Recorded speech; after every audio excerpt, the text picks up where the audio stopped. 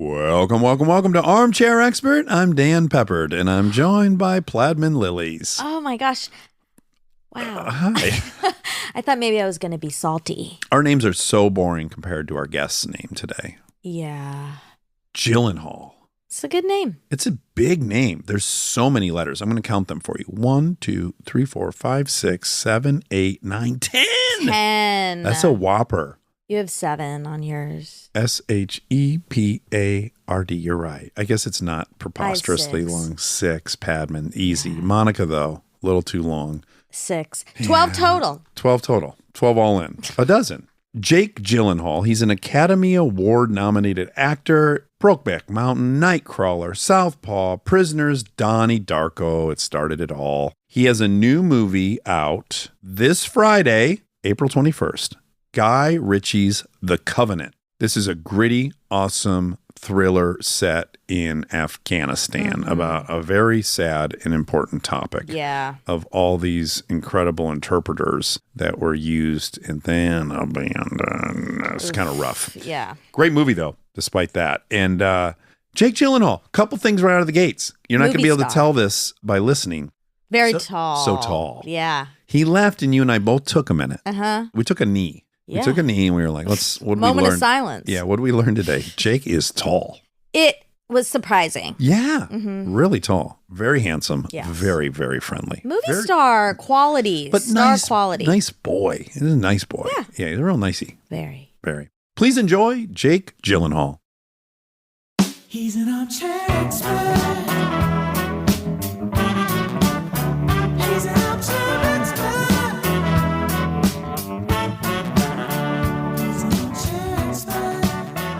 Oh, those are nice chairs. Oh, wow. You stumbled into a really interesting conversation. Wow. This is a new Playhouse. Yours feels like sort of Damien Hirst-y, and yours feels more like Dad.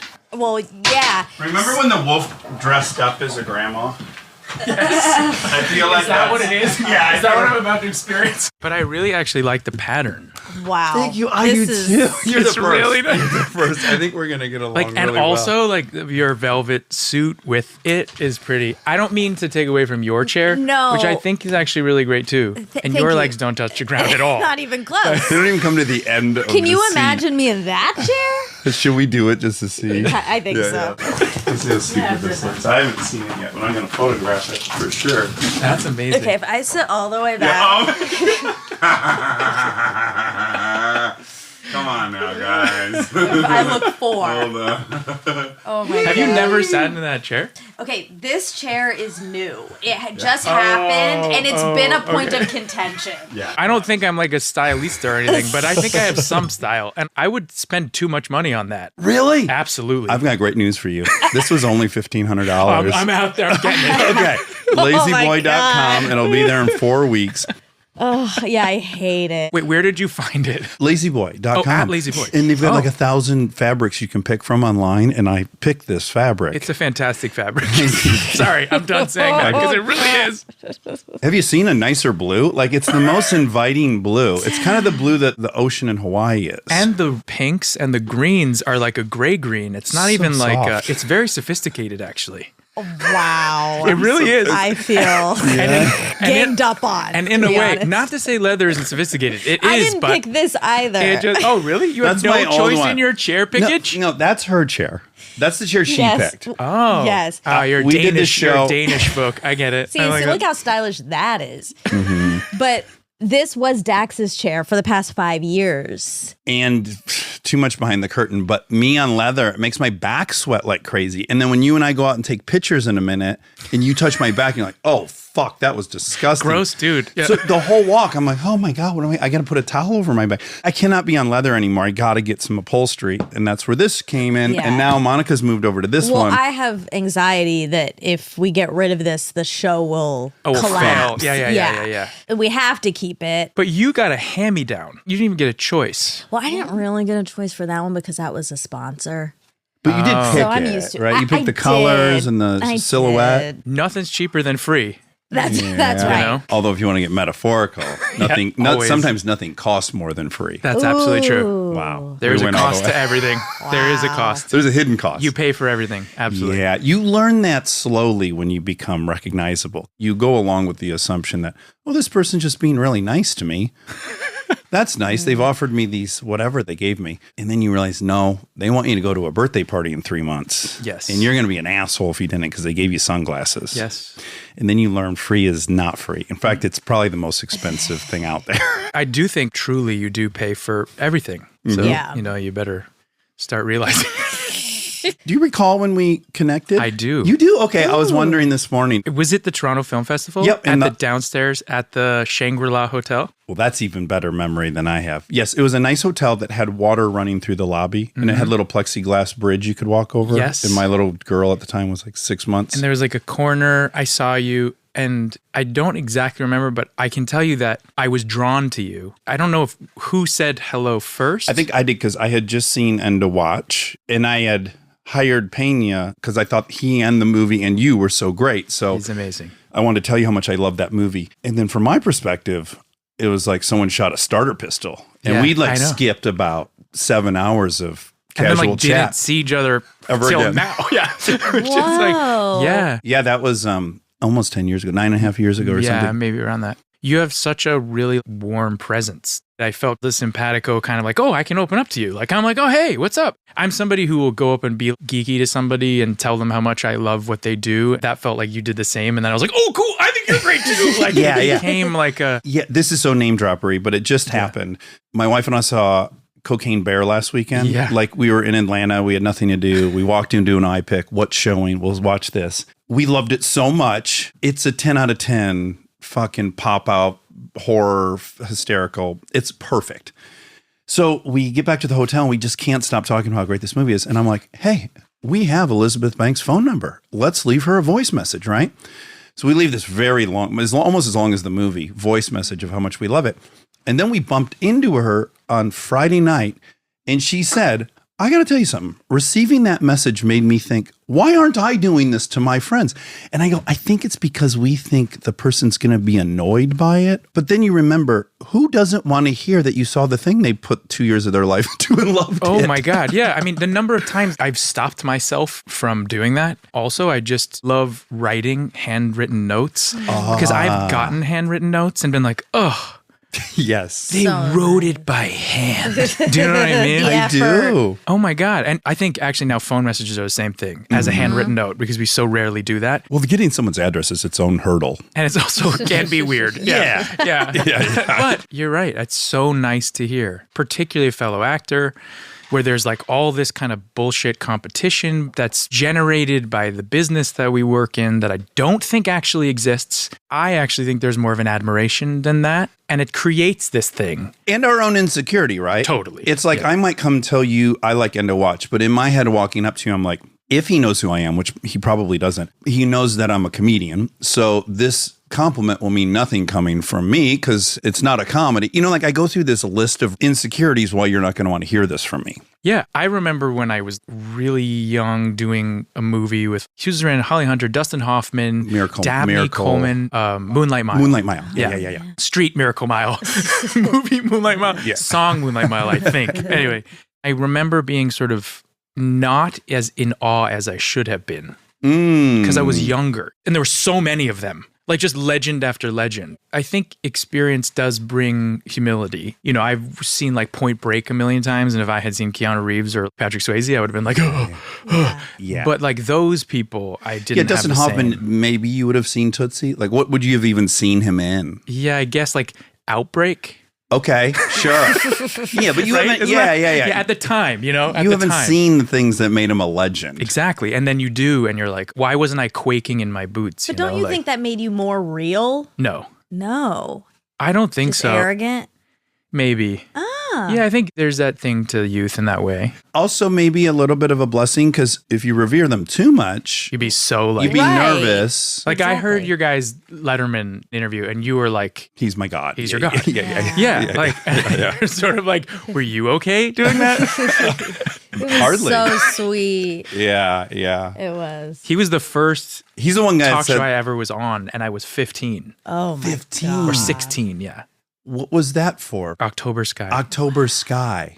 I remember basically nothing because I was panicked. You know, Right. Did you like him going in like more than Dustin Hoffman? Did you revere him? Of course, I revered him. I revered him, and it was also that studio was like freezing cold too. Oh, yes. Like the Ed Sullivan Theater. notoriously freezing cold. Yeah, 58 degrees. Yeah, probably. like terrible. You walked in, the door open, it was like you were going into the winter. Magic Johnson was on before me. Oh, my Lord. And he was like 100 feet tall. And you're from LA. And I'm from LA. I remember Magic Johnson shaking my hand, but me having to get on my tiptoes Oh, to basically wow. like shake his hand and use every piece of my hand to shake his hand. Yes. And then I just don't remember any of it. The reason I was on it, this is what's so cool about him. Dave's scuba diving instructor was the guy that I played in the movie, Oh. which is so weird. Yeah. Because he worked at NASA, I did all this stuff. He was also a scuba diving instructor, so he had taught Dave how to scuba dive. And so because Dave knew that there was a movie made about a scuba diving instructor, he had me on. Yeah, to almost pump up his scuba instructor. It was crazy. Yeah. He's weird like that. So the first time I was on Get a Call, I've just been on Punked. It's kind of popular.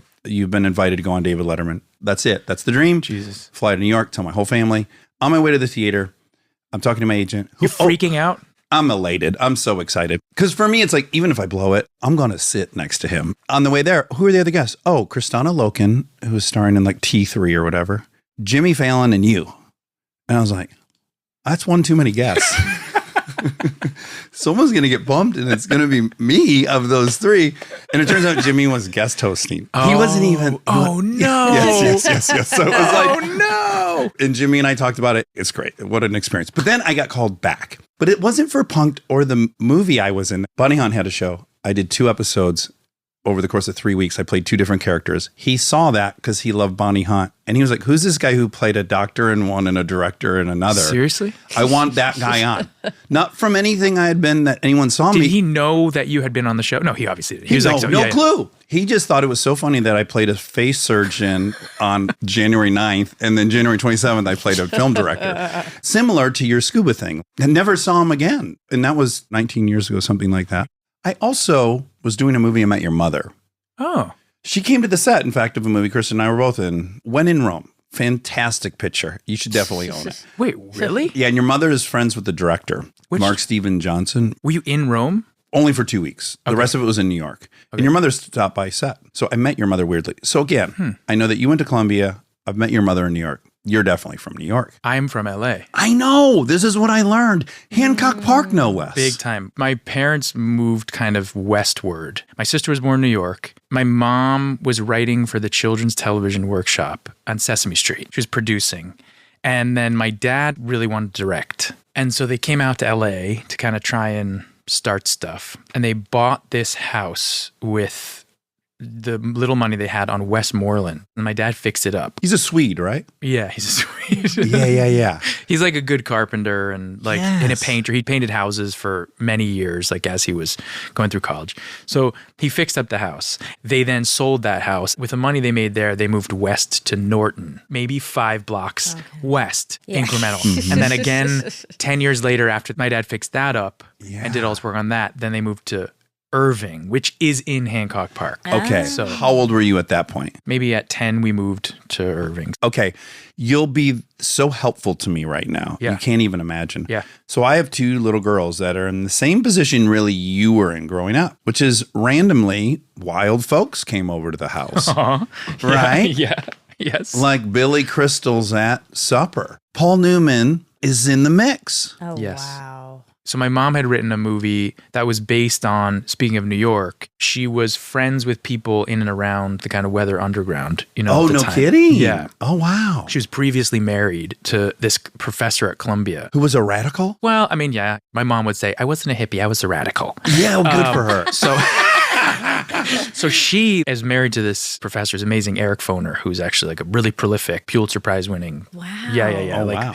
he just recently retired from Columbia. They split up because they got married pretty young. Also And 60s. yeah, it was just like a different, I guess different time. It's not radical enough to be married. Yeah, by the way, true. Totally true. And then my mom wrote this script called Running on Empty. Eventually became a movie that was directed by Sidney Lumet with River Phoenix, Martha Plimpton, Judd Hirsch, Christine Lottie. She won a Golden Globe for it. She got nominated for an Academy Award for it. It's an amazing movie. Can I ask how old she was at that time? I think she was probably 40.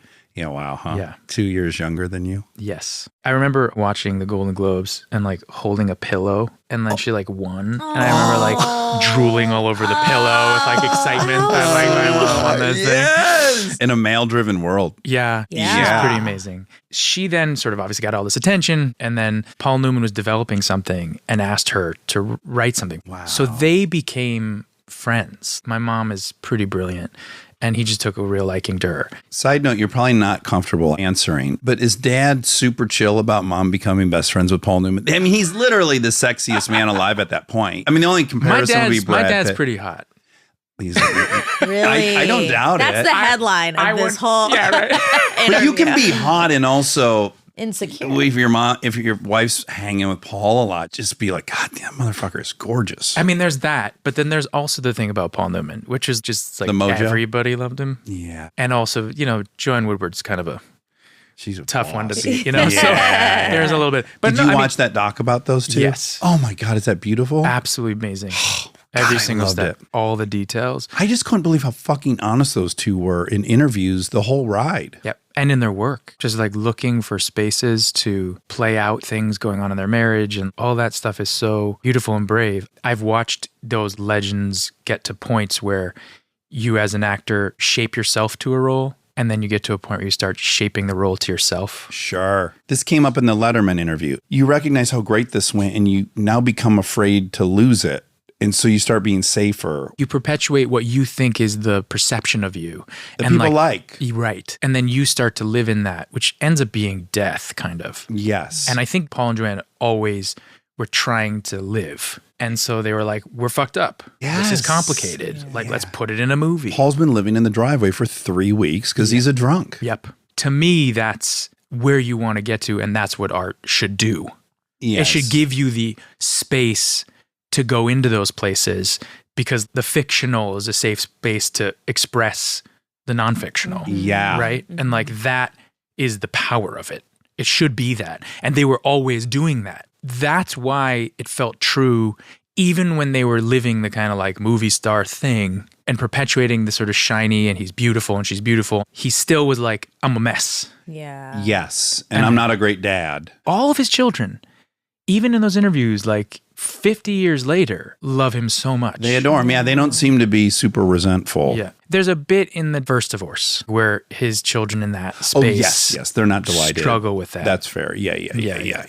But then they recognize the truth, which I think they shared, which is also brave. But did it shock you watching that to hear how candid they were? Even she would be on a popular late night show and she'd go like, having kids is hard. I don't know that I should have done it. It's so time consuming and I've given up everything and I'm not even sure I was really built to do it, but I'm doing it.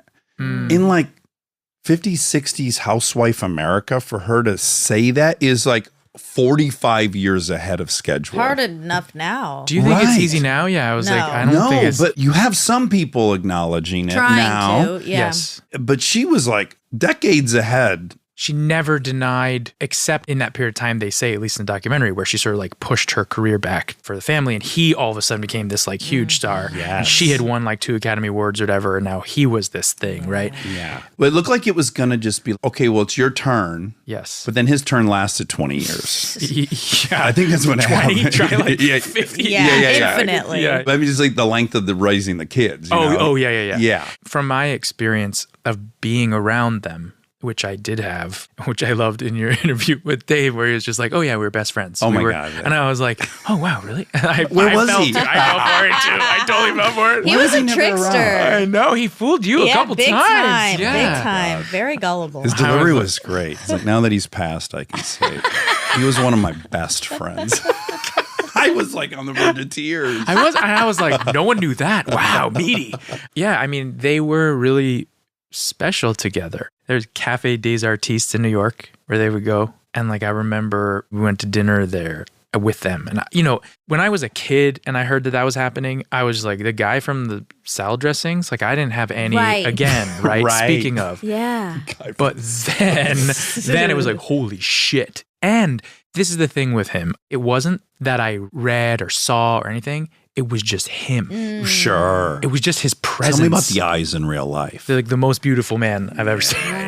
Like truly, he would just like show up at people's houses. There wasn't a lot of pomp or anything. It was just like he would be like cooking steak at your house. He would just show up. I remember he wrote the ingredients to the actual salad dressing on a piece of paper. The proprietary formula. Framed still. Yeah, that's worth like $40 million. Oh, it's fucking framed, and it's like my parents are divorced, and like in the divorce, it was like the only thing. Speaking of any contention, it's like They that, fought you know, over. It's like, I want the fucking handwritten salad dressing. It's like everyone knows what's in this. I don't fucking care. No. You got the house and the cars and everything. Exactly. Oh my God. I actually remember very specifically on the street in New York City watching them walk out of a restaurant and him putting his arm over her and them just like being behind from the perspective of the age that I was and like watching them walk down the street. You're shooting a nice low angle backlit.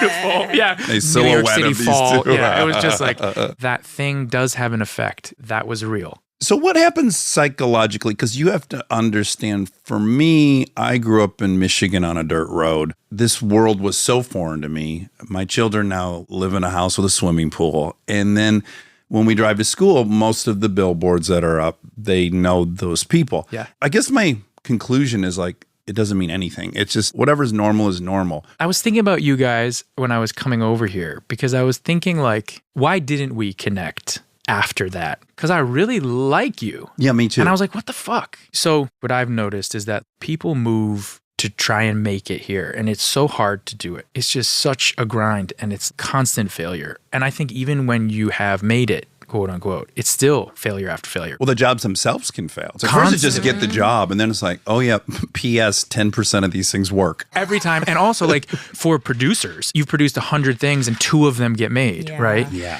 So I think there's that. And then I think that people come here to reinvent or become the idea of what they want to be in a lot of ways, which is the common story, right? But when you're born here in a space, even if you're not involved in the entertainment business or industry of any kind, when you're born in this city, it's around and you are just who you are. Your kids were just born. This is where they are, right? This is who they are. And There's they're no like, reinvention. no, there's no ability to do that. You have to go to Columbia. Right. Yeah. No, but like Yes. I go back to where my family began. Like I moved back to New York for that reason. Who am I? Where am I from? Like my grandfather was a surgeon. His father, who was an immigrant from Poland, my mom's dad, he was a tailor. And then his son became a surgeon at 17. He was in residency. Oh my God. Wow. Yeah. Oh my like the standards were Can like you imagine looking up ridiculous. on a gurney? 17, you're like, don't Oh, worry, you're sir. like Doogie. Yeah, it's Douglas full on, Hauser. dude. By the way, if I had seen Neil Patrick Harris, fuck any of those people I worked with, I would have geeked out, right? Yeah, go Yes. crazy. Cut me Big up. time. yes. Big time. Do some transplants while you're in there. Big time. I trust you. Doogie was like raised me. Yes. I was like, you know.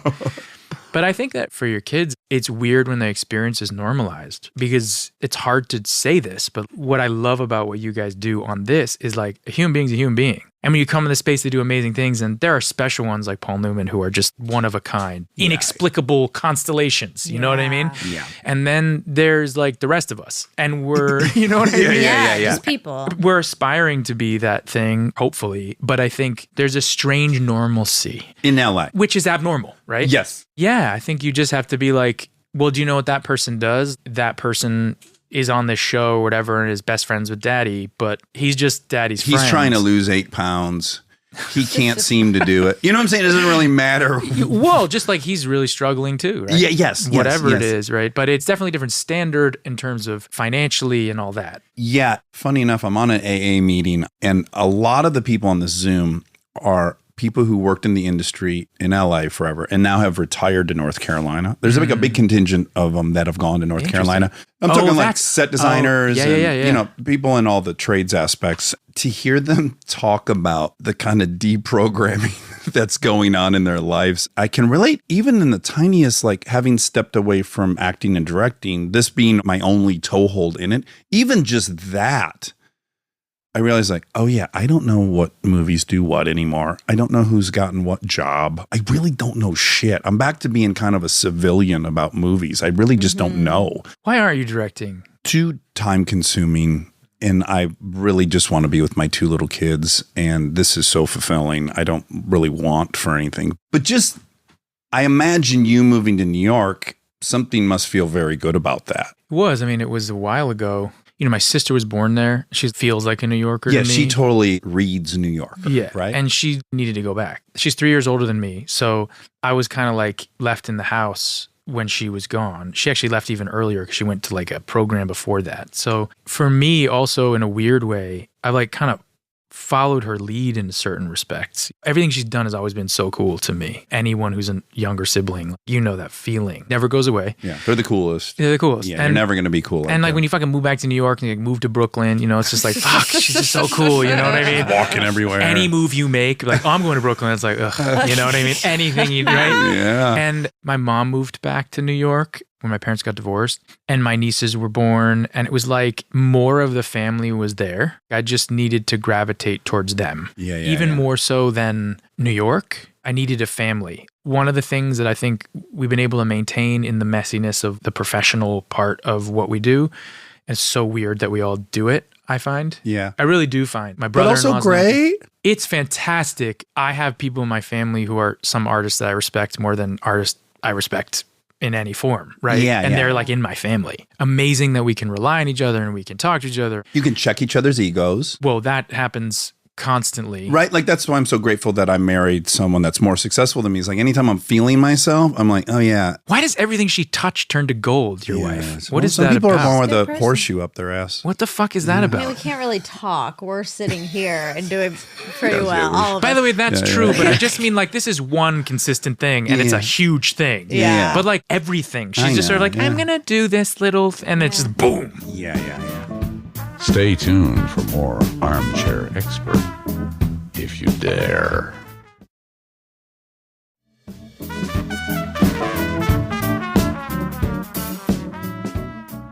Wait, can I say something really quick? Yeah. Because this just reminded me. I totally forgot.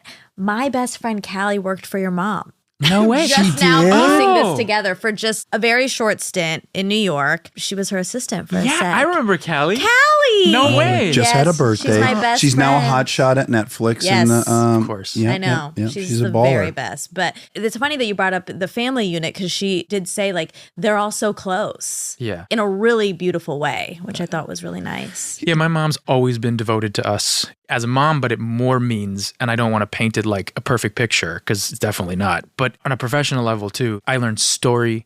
Speaking of Callie, she got that job probably out of school or something Yeah. to like learn from somebody. And Exactly. that's how it was for me. It was like I learned about script, story beats, Yeah. story is Yeah. king. You respect this. These are the things you need to follow. If you don't have the answers, dig deeper. You know, a character doesn't just walk into a room because the writer needs them to. They need a reason. If they're going to go from there to there are obstacles in the way. And some Right. people just say, oh, just get them there to there. Put the obstacles. What are they? Look around the room. Describe it. I mean, it's just like everything, all that stuff is from my mom. Yeah, what an education. Yeah. The other thing is you get to talk shop. Like I grew up in an automotive world. So my dad sold cars. My mom worked for General Motors. I know everything about the automotive industry. We all around the dinner table have something to all talk about that we know a lot about. And it's fun. So That's like a mystery to me. Like I watch the F1 stuff and I'm like, yeah, how are does you- this work? Are You know, you interested in F1 now? beyond fascinated. Oh. with F1. Jake, Beyond. it's my religion now. Well, see, I need to know these things because it's I like, just started an F1 podcast, by the way. oh, you did? Yeah, it's called EFFWON with DRS F1. That's great. Yes, so please check it out. We're explaining everything coming up to races and everything that happened at Oh, the great. race. Okay, cool. Yes, Okay. and we'll have fun people on that you've been watching. Okay, cool. We interviewed Ricardo twice, by the way. Oh, no way. Yeah, you should check those out. He's Okay. On Cool. this show. the greatest. Yes. Those guys all seem Yeah. pretty great, most of them. Yeah. It's like 20 A-list movie stars. That's what it feels like. Yeah, It's like totally every one what of it them feels is like young Tom Cruise. It's so true. Yes. Driving at 300 miles an hour. Yes, and overpaid, and everyone loves them. Ego. And so ruthless. It's so Galore. ruthless. Yeah, So ruthless. Just trading each. It's just so Yeah, I like. know, I What know. the? It's a soap opera. It's the best soap opera ever. Truly, my girlfriend is really into it too. Actually, just yesterday we watched the Schumacher documentary, which I had not watched, which is crazy of me. But she like sat me down and was like, "You have to watch it. Isn't it great? It's amazing. yeah. it really what is a amazing. monster of a driver. He was. Incredible. You know, he was in go-karts at such a young age with no expectation of the future of it. And because of that, he was just focused on his car, how it moved on that track. Yeah. And he just started to use stuff instinctually without any pressure of the idea of And goal. and so then you watch him race, and he's a 3-year-old in there. He's a 6-year-old in there. He's a 9-year-old. That's just in his DNA. And you can't do that when you go, that guy has talent, now we're going to cultivate that. Yes. It's a different thing. Well, he's back to he's the Paul Newman, he's the Michael Jordan. Yes, he's exactly. this once in a generation Yes. type of phenom. Yeah. But back to the family thing. I think it's probably quite fun when you all get together and you've all been on sets. Like, what are you going to talk about? Well, here's my life. How great is it that everyone there knows what life on a set's like? So True.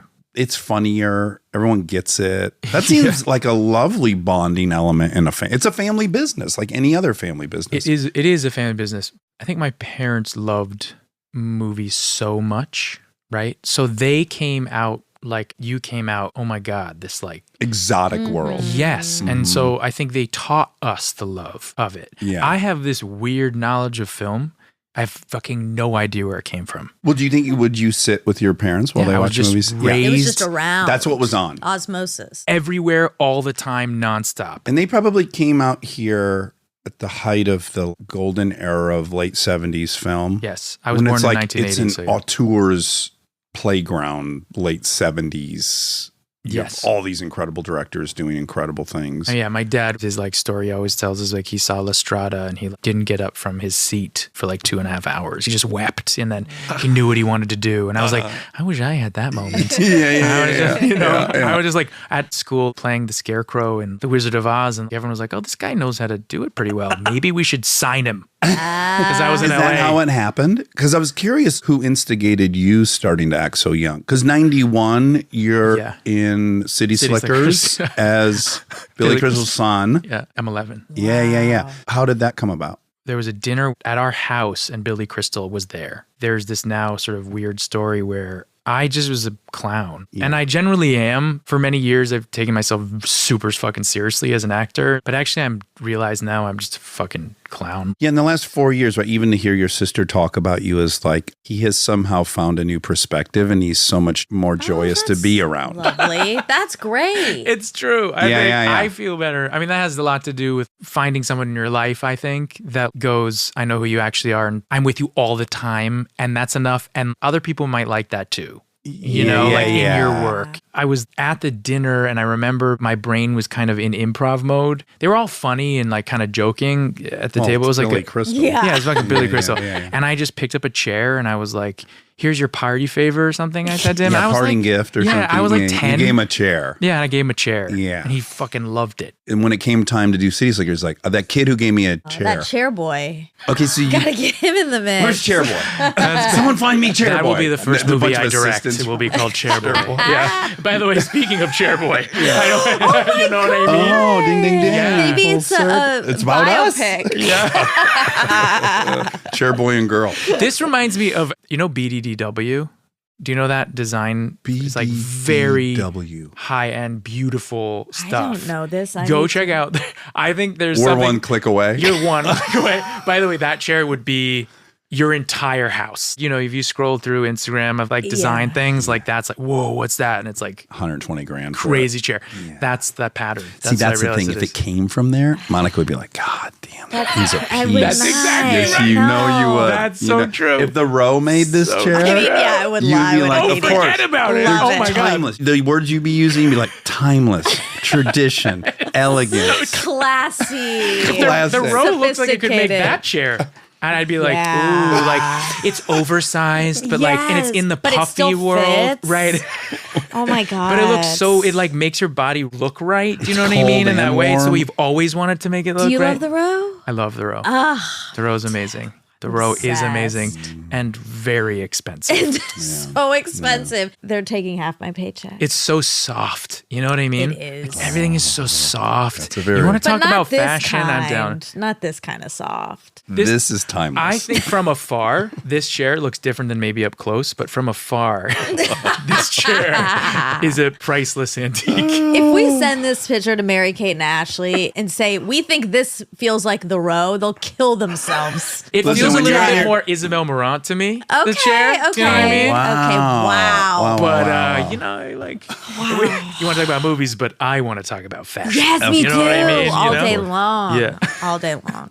So You do city slickers. Then your parents are pretty protective. Like you have some options. Things are coming your way. Apparently you want to audition. They allow you, but even when you get stuff, you're not really allowed to do it. You're allowed to be in your dad's movies, which makes sense. I can imagine making that policy at home. I don't care if my kids want to act, but I don't want them to do it professionally until they're adults. I want them to be normal people to have something to draw on. Absolutely. Case in point is sitting across from you. Cautionary tale. Cautionary tale. This is where I want to hypothesize about the aforementioned work ethic, because there has to be an engine. As you pull out the toilet paper. Because I can't afford Kleenex. I know that. Allergy City I right know now. that feeling. What are Kleenex except toilet paper or paper towel? Different shape. You're not fooling either I of us. prefer paper towel.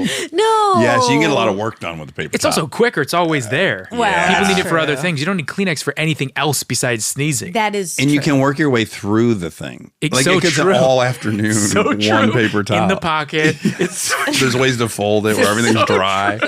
Yeah, whereas the tissue, it's like one and done. Okay, I could at least imagine a hypothetical of why you had the kind of singular focus, psychotic work ethic towards the work. Would be I don't want people to think nepotism's at play. It's like, I'm going to prove that I didn't get here through the back door. I fucking worked for this. B, you're really cute. I think that's another reason people work harder. thank you, by the way. No, you are. You mean he doesn't want to like float on his looks? Well, I think you saw this with Brad Pitt. He gets really famous because he's so fucking gorgeous. Yeah. And the moment he has an opportunity to choose what he's going to do, he goes it's the other I'm way. taking my tooth out. I'm fucking in Snatch where I look like I just woke up in an outhouse. Yeah. Like he's doing everything he can to look bad, to give himself some grit, to fight against that. So Yep. do you know what the fuel was? Oh, it's a number of things. Maybe that was unconscious. I grew up with a grandfather who was, like I said, very disciplined. Like he was up at 4 a.m. every day, sometimes earlier, pretty much on call. He was a surgeon for 50 years. He was an immigrant who came in and was like, I have to define this for my family. And he put a work ethic into my mother, I think, which she then responded against. She became a writer. She's like, I can write whenever I want. Ultimate self-discipline. Very disciplined when she had to be, but like pushed to that extent, right? She kind of responded against it, and she'll say the same herself. And then my dad was actually very disciplined too. You know, he came from a much more religious background. He was interested in a very interesting sect of Christianity He called was what is it? Swedenborgianism. Swedenborgianism. Yeah. So he grew up in this town called Bernathen, and he left at a young age and he went to school. He found movies. He always says it saved him. He understood what he wanted to do with his life. But I think he was also very disciplined, my dad. When I was a kid,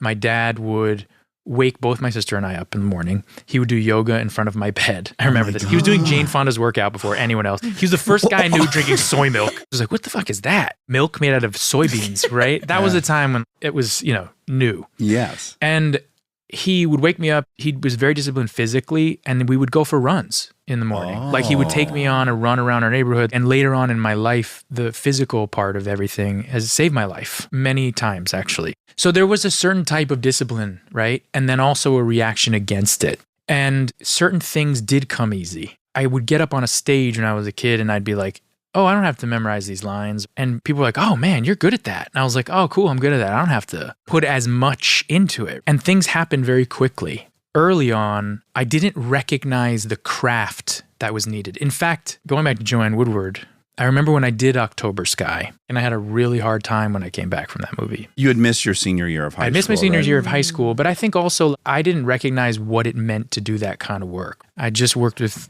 Conor McGregor, and Conor is arguably probably one of the toughest people we could probably say around. One of Minimally, them. I don't want to fight him. Yeah, okay. Yeah, we're- yeah. And he was just like, what you guys do is hard. Really quick, what on earth were you guys working on? This is, Did you build a sailboat together? I know he's got a big yacht now. He has a new baking show. No, he. By the way, I would believe it. I would fucking watch Me that. too. Oh my God. Yeah, so the tenderized sides of loin. He and I are in the new reimagining of the movie Roadhouse. oh my God. Listen, we have 3 hours ahead of us about Roadhouse, but just we can earmark say- that. okay, we'll earmark it, Okay. okay. So Connor's involved in that. Yeah, he's in it. So Oh, wow. yeah. And like really involved. I mean, he's in like a lot of it. Dude, it's I like, had no idea that was yeah. That's so. That's my favorite movie. I have. Oh, okay. really? Well, yeah, we'll get it. I know Okay. every single line of the movie. Oh, dude. I have an obsession about one of the day players in the movie, John Doe. I don't know if you know who he is. I've done You know everything 2 about He knows hours everything. on Oh my John God. Doe Comes and up Okay, a lot. well, stand-up. we do have to earmark it. Let's just earmark it. Let's earmark it. Okay, so, okay. but he said to me, he was just like, I come from a tough game. This is Yeah. fucking hard work. And I was like, what? Yeah. But I don't think it's understood what the process is. And when you are 15, you come in and you're like, it's going to be trailers and this and that. And it's like Yeah, you're glamorous. focused on the cash and prizes. Yeah. And then you're in it and you're like, whoa, right? It's all adult. There's fun sometimes, but it's very technical. There's a lot of things you have to get, right? And so I think I just came back going like, whoa, what is this at a very young age? Meaning you weren't sure if you wanted to do it? Like it hadn't been fun as you I was imagined? absolutely sure at the time that I wanted to do it. There was nothing I loved more than being in front of an audience or being inside of something. It's so fun. Like Yeah. I am full of joy when I'm in it. Going to work on Monday, I'm thinking about it now. I can't wait. Really quick, and this is personal, Yeah, and yeah. this is just Spidey vibes. But even when I met you in Toronto, I thought this kid definitely has to battle some depression, has to battle some darkness. Yeah. That's my hunch about you. Good hunch. Okay. Minimally, the thing that is unique about the job is it does require insane focus, and focus not on you, which is the most important element, right? It's on this imaginary person you're exploring. And there's a freedom now from me because I'm worried about that guy I'm playing. Yes, and someone's also saying, you wake up at this time, you come to this place. You don't have time you to do sit in your this bed thing. and think about everything that's going to go wrong today. Exactly. I was struggling with a lot of things at an age. I was struggling with like serious anxiety. I was struggling with depression at times. Yeah. And it came to be while I was pushed out of the safe world of being in and then into a professional world, right? Yes. And then I was like, whoa, what do I do? And then I recognized at some point what I do is I use that and all those feelings and I express them in these spaces. In a which is- controllable fashion. yeah, even something like Donnie Darko. It's very interesting to me to hear people say like Donnie Darko is a schizophrenic. And I'm like, those are all feelings, Right. a manifestation of them in strange ways, There's a physical representation of anxiety in front of us. big time. Right. In the monster. Yep. It is interesting. You've been brilliant so many times. You're so fucking talented. But certainly Donnie Darko, you're kind of born to be in that role. To me. Thanks. In a That's funny you great say way. I know all the steps. You've picked up great techniques and tools from a lot of people you respect along the way. But that was pretty early in. So you don't even have all those tricks and tools yet. I'm sure you have plenty of them. You were brilliant in it. But I do think your shadow's been invited into that performance.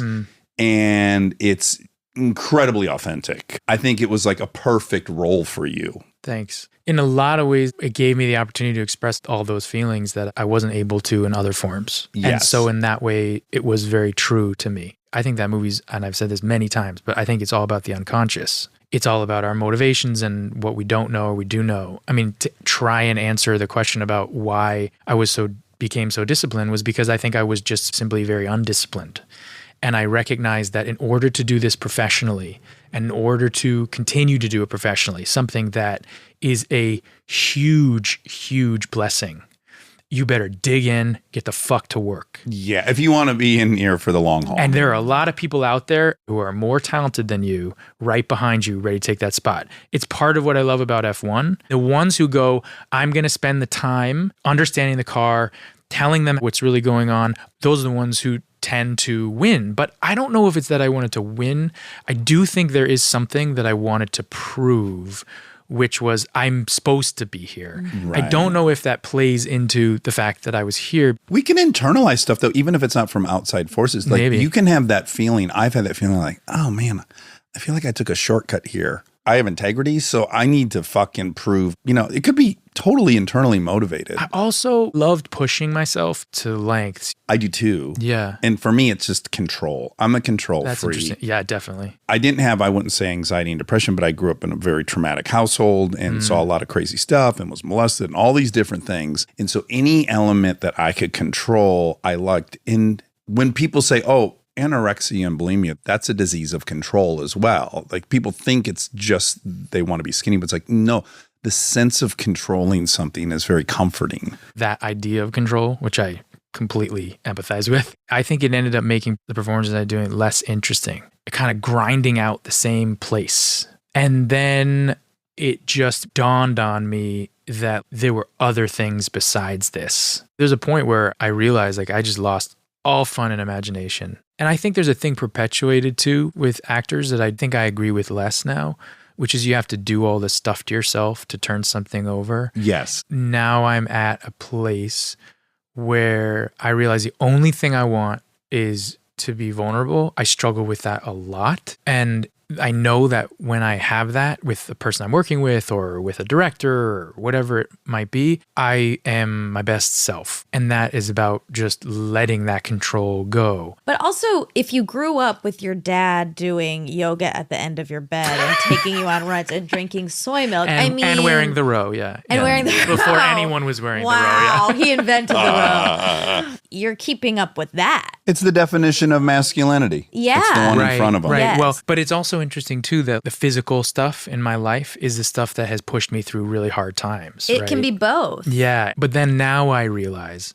more and more that those lessons that I had learned and used have kind of ground out. And my relationship with my dad and my relationship with my mom has much more to do with our vulnerabilities than it does with using the techniques they used to get through hard times. We're all a mess. When we get there, there's no better time I have with my parents. But at the same time, the other day I did like cold plunge with my dad, and my dad was like swearing at me the whole time. He's the guy who's like, go in the ocean, bro, go for it, you know? Yeah. And then he's in there and he's like, fuck you, fuck you. This is baseless. You're a fucking asshole, fuck you. And I was like, you taught me this. But it's like, yeah, it is a paradox. This is super fun to talk about this. Yeah. There's a paradigm by which an actor is celebrated for physically transforming him or herself. There's prosthetics, all these different things. The moments for me, there's a handful where I just can't believe what I saw. The Wrestler, Mickey Rourke, one could argue like he's got the body of the wrestler. He's not all that shit. But the moment in that movie for me that's aspirational as an actor is like he trashes his workplace. He comes out to his van. He gets in the seat. He's about to start the car. He sees himself in the rearview mirror. And I know how 99.9% actors would play that. They would play shame, embarrassment, whatever. He looked at himself in the mirror and he started laughing uncontrollably. And it fucking zapped my mirror neurons. I'm like, oh my God, that's what I do when I'm embarrassed. And especially because I've done this before. That to me is the performance. Fuck all the other bells and whistles. Yes. The fact that he remembered you laugh at yourself, you don't hang your head down to yourself. Well, or he was with someone saying to him, who you are is enough. I'm working with a really wonderful director on this thing I'm doing right now. She and I just connect. And so because of it, I'm able to be open in a way I've never been. And it doesn't matter to me whether it works or it doesn't work anymore. Yeah. The process. I leave work and I go like, I just let something go. Yeah, I had some real feelings in that scene back there. Yes. Yeah. Because I do think there's a lot of like, you make the plan. I don't want to speak for Mickey Rourke, but he's probably just like, it's a real feeling. I felt embarrassed. And then the director not going like, maybe this is the cliche idea of what we think embarrassed. Maybe you want to give a little more of that. Instead, he was like, thank you for giving me that. Let's move on. And as younger anybody, whatever we do, we aspire to be, I think, the idea of what something is. And then hopefully you get to a place where you go, well, this is what I am, and you're cool with it or you're not. There are going to be people who are, and there are going to be people who are not. And fuck it. Yeah. When my sister says that's who you are, I know you to be that, and you're being more of that, I think I'm on the right track. Right. You can trust her. Yeah, She's 'cause- been observing the whole ride for you. And me, her, too. Yeah. You know, she just started directing, and a lot of it was many discussions about this is bullshit to me, this is true to me, that feels right, what are you doing there? And then giving her an idea and her having the ability to say, oh, wow, I'm going to take that idea. Right. I'm not going to shit on it. I'm going to take it. Yeah. That's a better idea than I had. And knowing you love her more than anyone could love her. Yes. And you have an ulterior motive other than I want you to succeed. That's been a lot of work to get to that place. Yeah. Because I think speaking of conscious and unconscious, you have to recognize that there are other things at work. And we remind each other that all the time. We say to each other, we are competitive. We don't know where that came from. Yeah. Right? I love you so fucking much. Go out and win. I'm going to try to beat you, and I'm going to be excited if you beat me for you. She was on this race last year of winning all of these awards. Yeah. It's so fucking awesome. Yeah. And then there are those moments where you're like, oh, she's awesome. I'm sitting here. Yeah. What is going on? You know what I mean? Sure. And then Yes. when you say it to each other, I was sitting there going like, I suck. And she's like, I love you. And I'm like, go in it. You know what I mean? Yeah. And then you do that. Yes, because that's Just- family. We're still Fuck yeah. kids. We're kids in grown-up clothes. It's just never going to go away. I know, in the row. Especially you. In the Sorry to bring it row. back. Let's keep bringing it back. Also, if anyone ever I'm looked like upset a I didn't kid wear it saying today. this. Yeah, exactly. I'm excited to wear it too, but you have a thing on the bottom of your shoe. Is it a sticker? Yeah, it's a sticker. Yeah. They're rentals. Do you have outfits that you buy and you never wear? I'm pretty good about wearing the clothes. Then I get sick of them. I do give them away though, so that's part of the sustainability chain. Rob's do it in wearing the- her outfit from You- last that- week. That's Yeah, a you're looking beautiful. good. You're It's a beautiful really dress. rocking It's a it. beautiful dress. Rob. It's a beautiful dress. He said it's really comfortable. I wish I could fit in her stuff. Yeah, everyone does. Okay, so one fun thing I read about you is the shit you picked up along the way from different people. I think Yeah. it's really fascinating. First and foremost, right after Moonlight Mile, Dustin gave you a copy of An Actor Prepares, Stanislavski Classic. textbook. Legit It is, textbook. it is textbook. It's That's the the first textbook book on they acting. make you Learn buy. how to act. Yes. He wrote in it, "You're really good, but you need to get better." There's so much there, especially at that age he gave it to you. That could retire me as an actor. Really? Right? Yes. Because I'm so self-flagellating and dislike myself so much that I would be like, I keep wanting to go to the "you're really good" part of the sentence for you, though. no, but Yeah. my brain would go, that was obligatory, so he could tell me this thing. I wouldn't Oh, even believe interesting. the first part. I just bet you need to get way better. Because it didn't come to me and I can look at it objectively, it's like the greatest thing you could write someone. Everyone needs to get better, period. How did you receive that? I laughed because he was funny. In a lot of ways, it was meant as a joke. Cheeky. Yeah, because he also gave you a walker walker. to do dips on. Well, that was another thing. That, I think, was an even more important lesson. Because all this stuff about you have to do all this preparation, you have to be disciplined and all stuff. And the truth is, it just comes down to having energy in a scene. It just comes down to like doing a couple squats and push-ups and being like, my blood is pumping. There's so much of a sprint aspect to movie making and movie acting in particular. You have a very short period of time to deliver. And so you're like sort of sitting there and you're kind of getting tired. And it's like, you You're need on the to bench all the 12 of the 14 hours a day. Yeah. And so he would just do these dips on his walker, and that's what would get his energy up. And he would be able to fit it in places. So it was like practical. Oh, wow. And that's why he gave me one. Because he was like, Yeah. take one of these. It will like make your career. Oh my God. So great. Wow. Yeah. It's such a practical solution. Yeah. Yeah, I mean, it's a practical solution like in many ways. You can do the physical stuff, you can do the cleaning out your house, but then you got to go work on your mind too. So you got to organize things before you get into the deep shit. I have a friend who's a therapist who was like, he tells patients 2 weeks before they start their first session to start doing exercise twice a week and then to go and try and organize their house first before they come for their first session. I think there is just the practical stuff. There's just sort of get your energy up. Yes. And then there's the you're good. And what I think we have lost sometimes is the idea of a progression of learning from people, seeing someone has the potential and allowing them to grow it, as opposed to you're in the big leagues, you've hit the majors, and you better be delivering now every single night, as opposed to there's potential here. And we're going to nurture it, and slowly you can actually maybe be one of the best. And that was what it felt like to me. It felt like an old school kind of way in which I felt when I was in the theater in the West End. I felt that there was something very different in the British theater. People said that to me, like, you're good. And they had no problem saying that. Keep going. Keep learning. You're keep never going. there. You're never It's really the cool metaphorical statement there is you don't ever arrive, you keep trying. There's growing. a standard for these young actors I see now, right? Where they come out and it's like everything they do has to deliver, right? Or else they're out.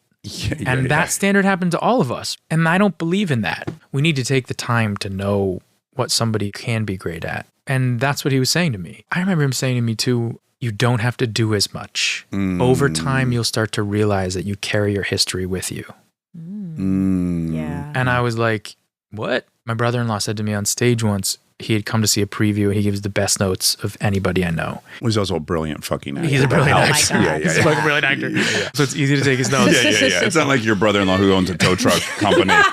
But don't discount that person. That person You know that is fourth great, couplet in the 8th scene? I wasn't feeling I don't that. understand it. Yeah. He said, because it was a two-hander, it was me and this wonderful actress, Ruth Wilson. And he was like, don't let her upstage you. and stop moving. There's power in stillness. And I was like, what? And then I got back on stage next night and I was like, oh my God, she's amazing. What do I do?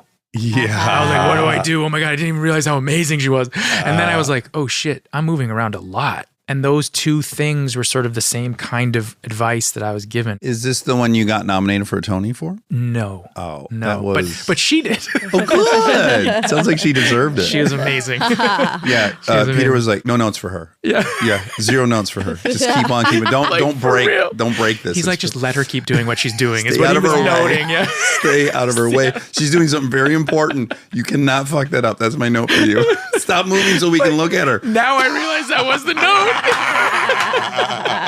Just He's move like, a little chill the bit more fuck out. downstage, Yeah. okay? And just, if you could, just It shut was the a fuck up. blocking note, like stay downstage. You know that great breakup scene? I think it might be played better if you're off stage and she's just having that breakup scene in her Is mind. there any way we could not see your face in that? Just oh like, my God. no, These but I are think I such later good- did. Yeah. Yeah, they They're really such are. good life lessons for anyone, not just anyone in acting. You're good, but you could be better is Yes. literally every person on earth. But that can be taken very negatively, like you said. We should all want to be better. And we all can be better. Yes, and I just agree. knowing that we're good first. What it triggers great. is all of our greatest fears, which is we're not enough. So the fact that you need to get better confirms I'm not enough as is. But of course, you have to separate those things. But it's easy to conflate those two in your mind. And just everything you hear is confirmation that, you're not enough. But it's funny you say that because now all I just want to do is be good. I feel so lucky to do this. Yes. I don't know if it's the same for you because you maybe felt more innately included. But for me, because I was from a different place, because I didn't act in high school, I never went to drama school. I was so busy trying to act like I belong there that I robbed myself of a lot of the awe and wonder. I did the same thing. This weird thing can happen to you is like for me at the 20-year marker. Just now I can recognize how fun and special it is.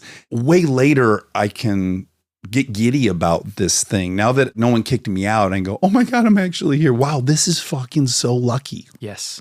There's so much energy around the entrance into the space. Even now, I look at younger people doing it and getting in it. I'm like, woof. What I realized was at a time in my career where I was like, this will be fine. This is going to go on forever. I'll be at these Academy Awards every other year. Yeah. Yeah. And then you lose some people. You see people make other choices. You see the whole gamut. You see people rise who you never would expect. I was making a movie with Robert Downey Jr. when he wasn't insurable. Yeah. Right. That's bizarre. And within 2 years, he was the biggest star in the world. Yes. There are things in this life, and then there are things in all of our businesses where it's like you just can't count anybody out. I have this theory that like if you are in this business for more than 5 years and doing it, everybody in it deserves respect. Like you're saying, it's a fun community if you let it be. I had an acting coach who passed away, who happened to be his acting coach too, who happened to be my sister's and my brother-in-law's. And when she was dying, all of her students came, some of whom I had seen going to her house, like when I'd go for a session with her. That weird thing at a psychiatrist's office. Exactly. Like, so I'd be like, hey man, but they were all really good. So I was like, oh, okay, cool. Like, I guess I'm in cool company, Yeah. But when I went to her for her birthday, and she died only a month or so later after that, but we all lined up to wish her happy birthday. The fucking line of actors there was insane. And you just were like, oh my God, I've been a part of a community I didn't even realize I was a part of. Yeah. Yeah, don't miss it, right? You could miss the whole thing. And I can talk to them. You're a peer. Yeah. I feel like I'm like violating some actor code. There was Marty Sheen. And you were just like, oh my God, I'm behind Martin Sheen. Like, you know what I mean? Like Yes. these things. And now to think about Newman and all those people, less of like this sort of awe that, oh my God, they're this thing, but oh my God, they've devoted their lives to the work that we do in that room with her, which is like digging into shit and trying to pull something out to give an audience something like you're saying, the choice that is the Mickey Rourke choice. Yes. And all of them down the line have done it. And you're like, fuck, I'm part of this. How Like, cool. That's the way you want to go. A line of people, and you can see You've changed I've all their impacted all lives. these people's lives. Yeah. That's so cool. Yeah. really. So we're all going to line up when you die. All of us both of you, and we are going down the block, and we're going to come and wish you off. Here's what I I just want want. you to know that. Actually, I feel like if that were to happen, I would. Just everybody. I know you won't come to mine, but I will definitely come to yours. we I get won't come to yours just invited? because I'll be dead. I'm 5 years older than you and have don't lived a worse say- life. But listen, I want a little ramp. It doesn't have to be big. No one's got to be a hero. What I'd like to do is sit in my hospital bed. You wheel it out into my driveway. I have a little ramp, and everyone's got to jump a motorcycle just one time in their life I would for my absolutely do that amusement. And then It's like 20 more deaths occur. it'd be the greatest funeral of all How time. big is the ramp? When you say a little ramp? Really little, really little. If you fall, you'll be fine. Oh, And just to get to see everyone have their first experience catching air on something, and then I'll die with a smile on my face. Stay tuned for more Armchair Expert, if you dare.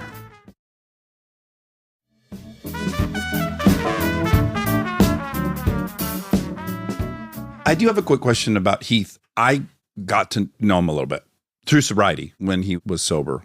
And my conclusion about him right when I met him was, well, first of all, he's so attractive. Yep. Like a Paul Newman thing, Yes. where it's like the second year around him, you're like, I could stare at you and I want to listen to you, and you're so appealing. I don't know what weird alchemy's happening with your molecules. Second thought is the weight of the world for him is much heavier than it is for me. I can feel it, and it's why he can act the way he can act. It's like heartbreaking because he's so attractive and appealing. And I don't mean attractive just like physically good looking. He's so lovable. You want to nurture him. And to think a guy with that gift is suffering was really uniquely heartbreaking. I really adored him. He Same. was so fucking special. And I wonder, you guys both come into that movie, you're both straight. The thing you're going to anchor this performance in isn't going to be like physical attraction, but I have to imagine there must have been a I see you secret. Like we do have a secret, you and me, and we're going to nurture each other through that secret. He and I knew each other for a number of years before that experience. We were friends, and we sort of came up at a similar time, both getting representation at the same place, both auditioning for things. You know, it's that group. Yeah. We all have our groups of like the people that we came up with, that we were competing You're clocking, with. yeah. Yeah, Yeah, all yeah, that. yeah. You hear the name, what's that name? You know, you see them for the first time at an audition, you're like, who's that guy? Like, Yeah, he's I'm fucked. clearly, yeah, exactly. And then you're like, oh, that was Heath Ledger. You know what I mean? Oh, now I know why it's like, well, it's Heath and it's this, and they're up against you, and you know, and it's like, you got to call back, you know, Yeah. all that stuff. Yeah. So we knew each other for a long time before. And I was definitely in a space where I didn't know if I wanted to act. I didn't know if I could do it, you know, I just didn't know how much I could give to it. And I could only guess. But he's different, right? He was a transplant from Australia. He's sort of out in LA, and he was always so cool, you know, Oh my like God, so yeah. cool. He's so He cool. drove a Ducati Sport 1000. So cool. There was no change. That was the way it always was. Mhm. Intrinsically cool. Very River Phoenix, very downy. And also just such a sweet guy.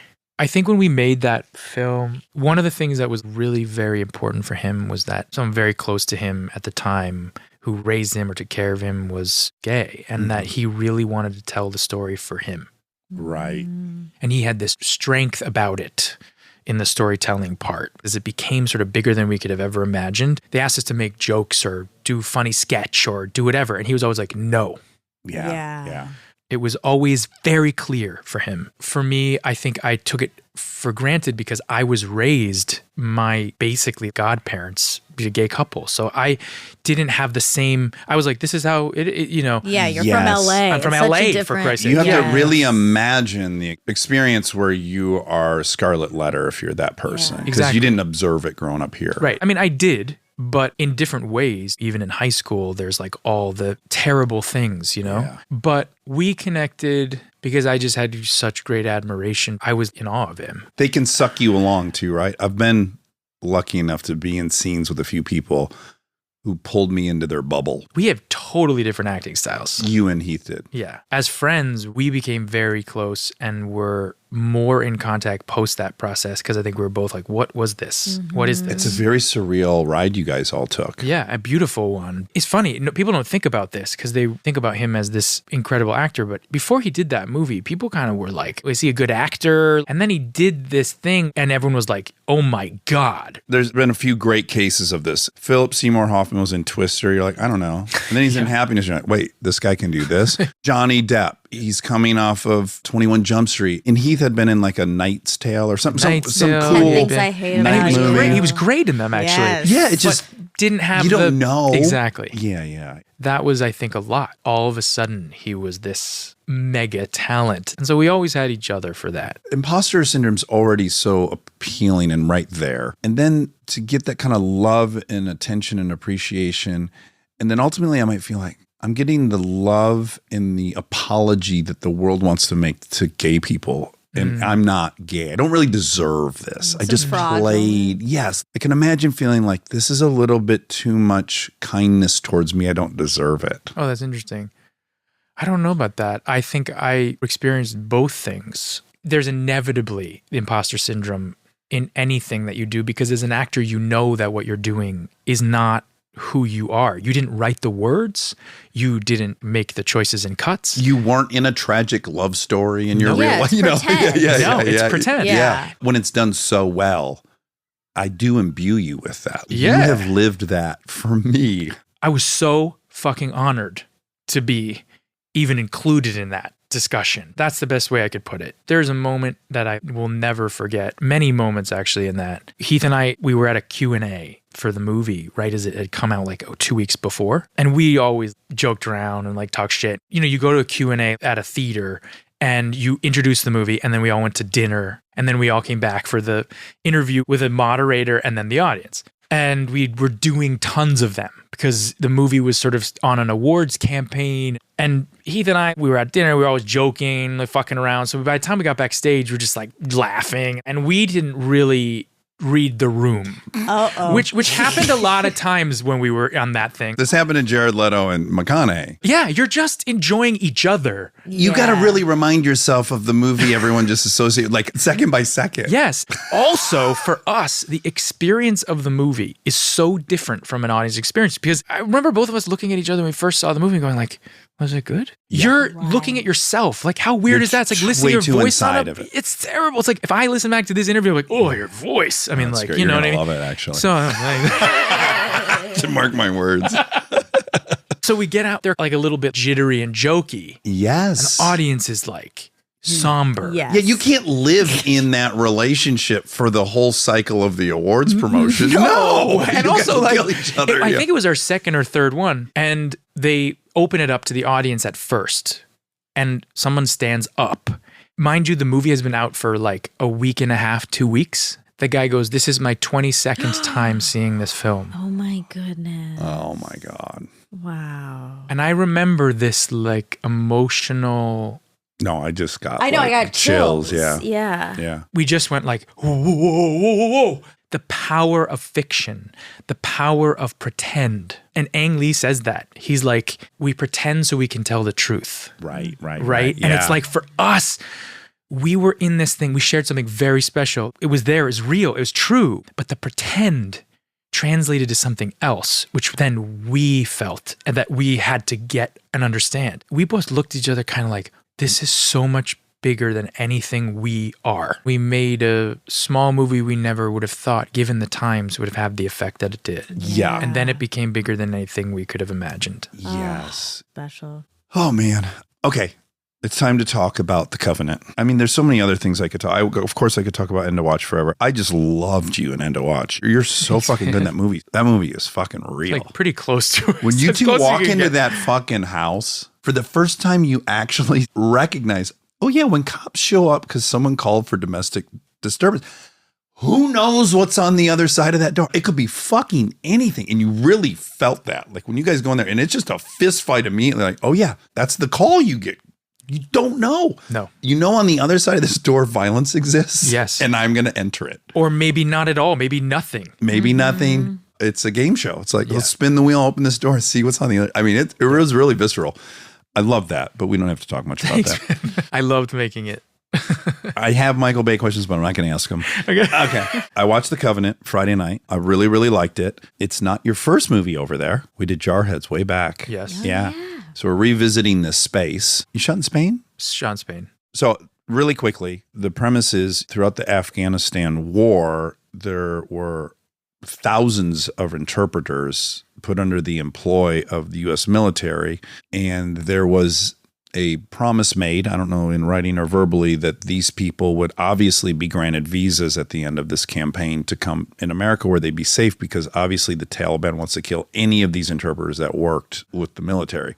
So that's what the movie's exploring, which is fucking heavy. So I went over twice. In 07 and 09, I went to Afghanistan on USO tours, flew around on Blackhawks, landed everywhere, met a lot of those people. I just found it to be incredibly authentic, for at least minimally what I went over and saw.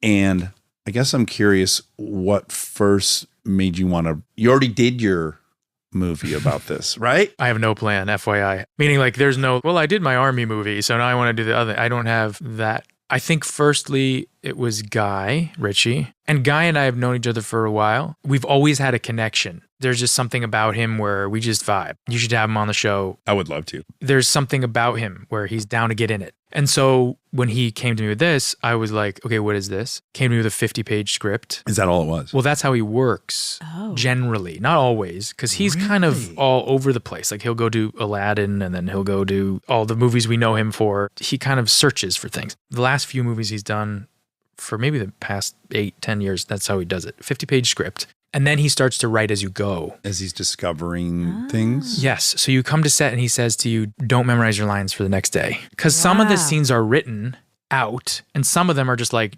the two characters are named like John and Ahmed. And he's like, John and Ahmed meet and they have an exchange where he tells that he doesn't like him for this thing. It's got like a plot point in it. It feels improvised in some ways. Like it felt very natural. Eventually it gets written and it gets written on that day. But there are moments where, like, there's a speech in it where I talk about having a hook in me and all this stuff written 20 minutes before. We're rolling. Like, it came from a conversation we had that morning where I had some idea I wanted to say. He had an idea he needed to put in. That we step out, they work, comes back, we run it, more ideas, go out and shoot it. Oh, I love that. So the movie was made like that. Process-wise, also, Guy has his barbecue he's designed. Like, he has his amazing barbecue. I think it's called, like he has a patent on it? Yeah. It's called, like, the Cashmere Caveman, I think it's called, or something. Oh, wow. It's amazing barbecue. Okay. And it sits sort of, like, near set. It gets, like, brought out, and he fucking barbecues. Oh, my God. So you eat and stuff and, like, talk about the scene, and then you go and you shoot the scene. It sort of has this amazing You're at kind a barbecue. And instead of playing volleyball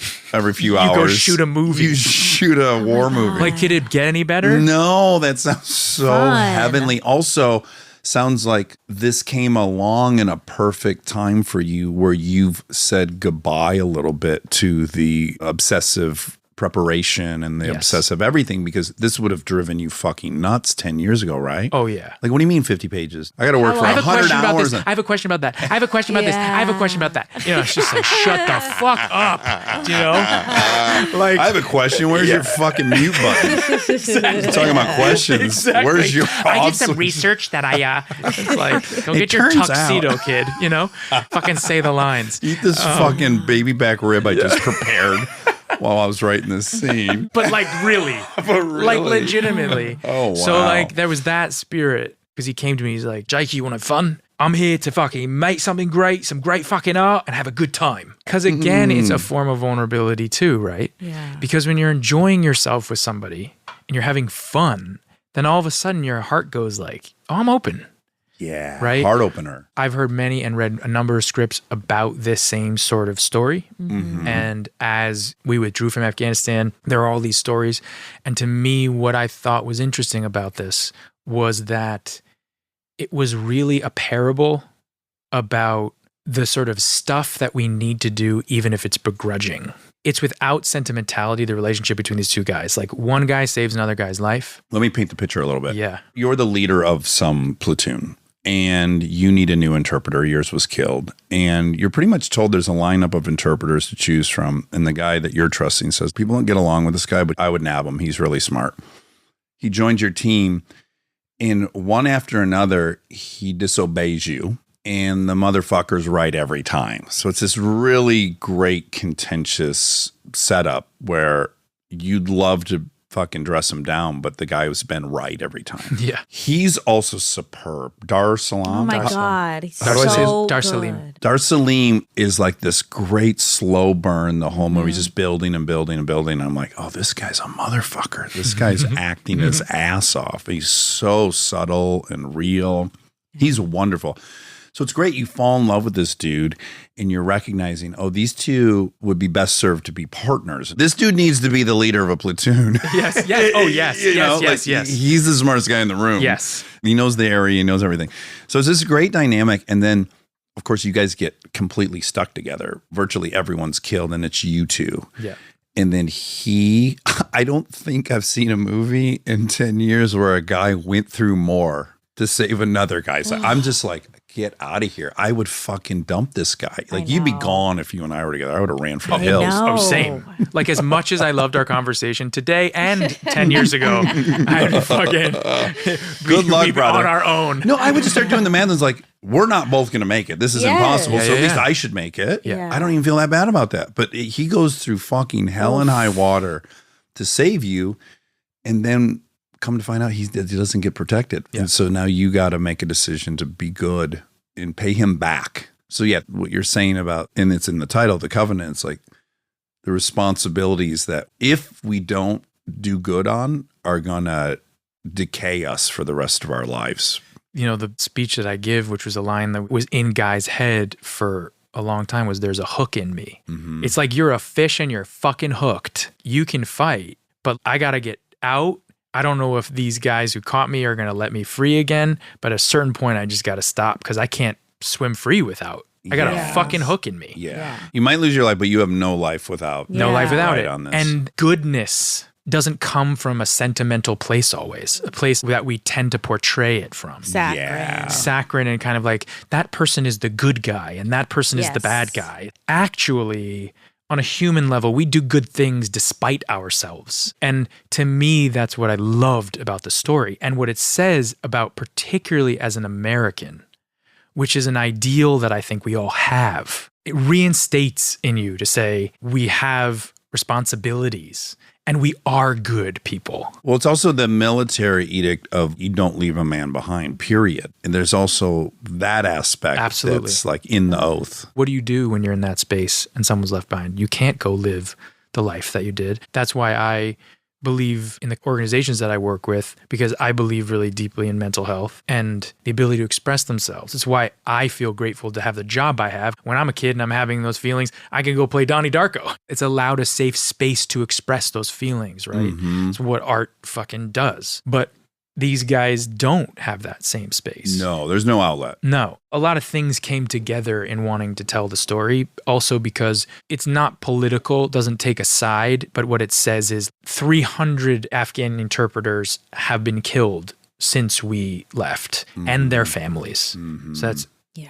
many, many thousands of people. And there are still waiting for visas. Do we know how many are still there? I'm not sure the number. There's pictures at the very end of real interpreters with Relationship. relationships. It's so heartbreaking. I found that part like Gets me too. really tough. The funny part about the movie is like the movie's this like action movie. It is. When I watched it the first time, I was like, fuck! Like, I'm tense the whole Yes. time. Like, I'm like, what the fuck? Like, what did we shoot? Because I was like eating barbecue back there. Yes. Do you know what I mean? You know why it's really extra heartbreaking, and back to the kind of the American ideal we have, is if you're one of those interpreters, the Americans come. Like, we have this storied, historied Yeah. thing, and they believed it. Yeah, they're going to That's protect what's heartbreaking. us. They're Is going to they? protect Oh, us. if these guys tell us they're going to protect us, like we know these Americans. know. I'm going to roll the dice and do something very dangerous for me and my family. But I believe in these guys. That's the heartbreaking. Also, the brilliance. Ahmed, the character in it, he's smarter in a lot of ways than John, Yes. right? Yeah. And there's a line in it where he's like, you're here to translate. And he's like, no, I'm here to interpret. It's so good. And it's like fucking right. That's the whole movie. Like I Exactly. see everything around me And yet, for some reason, I'm considered a You don't know what- translator. Like, this is my home. I'm the only one Exactly. that knows Yeah. what's going on. yeah. Yeah. And I know you too. There are a number of moments that I love too where he breaks rank to do that, to save people despite what he's Whatever told to do, trouble. right? And it's not, again, in some cheesy movie way, I think. It's No. just like a very Yeah. simple way, which is what I love about it. And on that point, what's curious is this does not have Guy Ritchie's fingerprint on it. The two elements I think that are quintessential to Guy are the ensemble. So he's like a master of having 65 characters Yep. that are all intertwined and paying off. That's fun. And then And Jason Statham. And Jason, yes, I kept waiting for him to at least be on a stretcher or something with his shirt off, hopefully. And then also the visual set pieces that he's so famous for with the super slow-mo and the phantom cam, all these things that are happening. None of that's there. He does a couple of them, so you get a taste, but it's really used for the narrative as opposed to See- declaring it's his movie. Right. What I liked about it is it doesn't have the frills of a normal Guy movie, yet the first really intense shootout set piece, my wife said as we were watching it, she goes, wow, I understand this set piece better than I really generally ever understand these kind of shootout-y things. And I'm like, yeah, because he took the time. Everything's tied together. They didn't hose down a bunch of guys firing in one direction, then hose down the other guys, right, and then just stitch it together. I was emotional when I saw it the first time. When I saw that first scene where they go and they get ambushed, I knew all those people and I cared, and to watch it happen made me go, whoa. When I read it in the script, I didn't even feel that. Well, it sounds like it just said probably gun battle. Save some pages. But for real. Like for real. You know? yeah. And I was like, well, it's Guy, so it's going to be cool. You know? So without the frills or the style, he still was crazy methodical the way he's obviously crazy methodical, but Yes. just in this very subdued fashion. But it made for really connected, immersive set pieces that sometimes you get fatigued, I guess, but they all worked and they were incredible. It's awesome. You're fantastic in it. You two as a partnership was fantastic. I'm just so proud of the movie. When you love the people you make a movie with, but legitimately do. Yes. When you're like, no, I fucking love them all. And you actually want it for them. Yeah. Yeah, which is a beautiful, rare feeling. Yeah. Yes, yeah. yes, yes. And I mean, that's what I feel about this movie. There's something about the movie, circling back to what you said, growing up in LA, and you're kind of like, I didn't make any choices. This is the circumstance I was born into. When I finished the movie, that's sort of what I was left with, was we have no control over our circumstances. Like when you meet that guy, it's like he's born into this. When you see the pictures at the end, everyone's a victim of their circumstance. Not to make it political, but there is this piece that's like, there aren't good guys and bad guys because they're born into it. People are born in.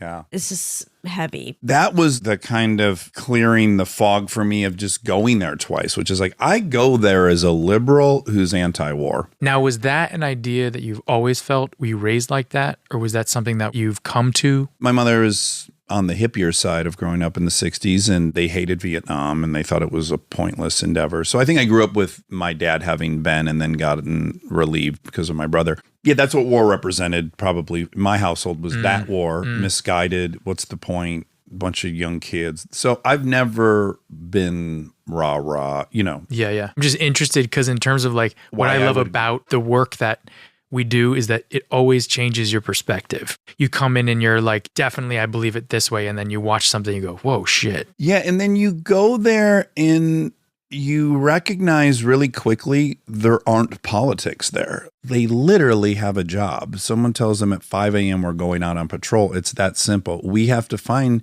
IEDs because they're blowing everyone up. Very simple. The politics are irrelevant. It's all pragmatism. It's almost a luxury for us to like sit Yeah, here we're on the and sidelines. like chat about like Almost a luxury. I know. Yeah, Well, I yeah, mean, yeah. like up on our high horses fighting with each other.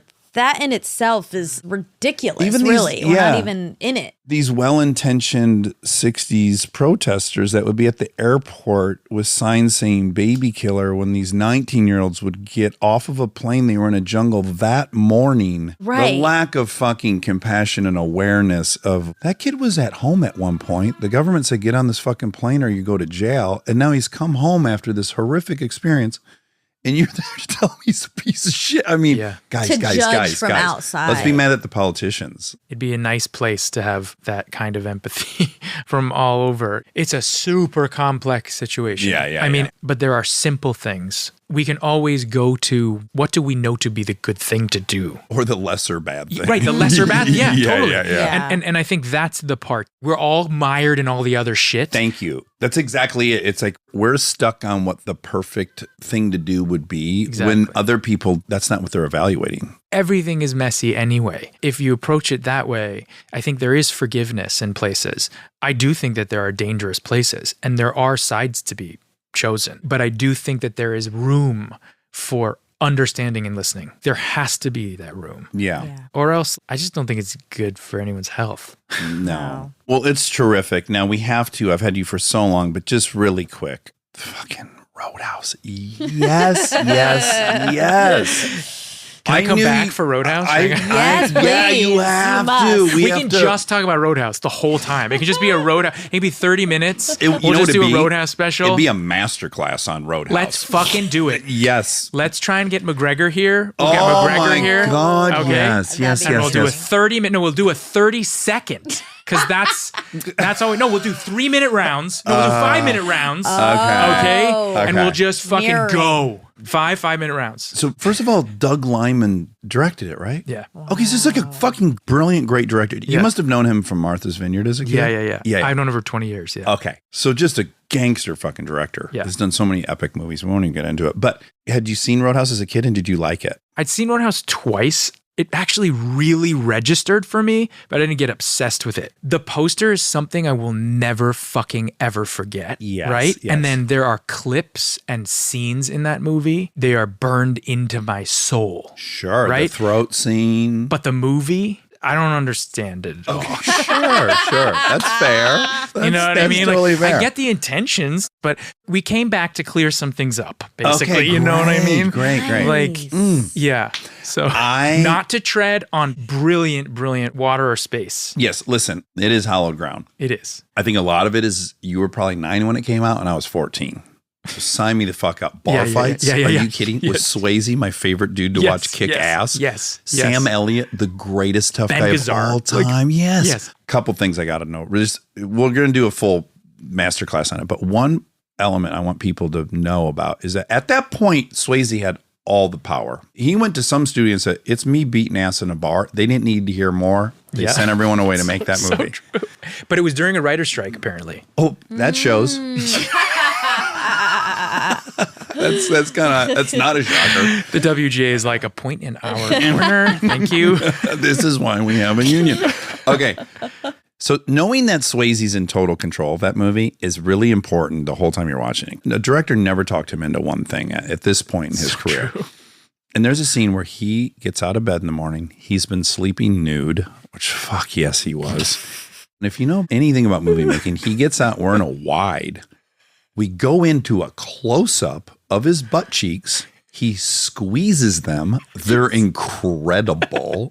It's the most beautiful butt cheeks I'd ever seen on screen. He's fucking that dude. Yeah. He's a gymnast. Like he looked it. Dancer, everything. He's a football player. Yeah. There's a great thing Rob Lowe wrote about the experience of getting cast in Outsiders, then going to do the movie, and how when Swayze showed up, it was like somehow this guy was 45. He'd already been a firefighter and a dancer and a football star and everything, right? Yeah. Okay.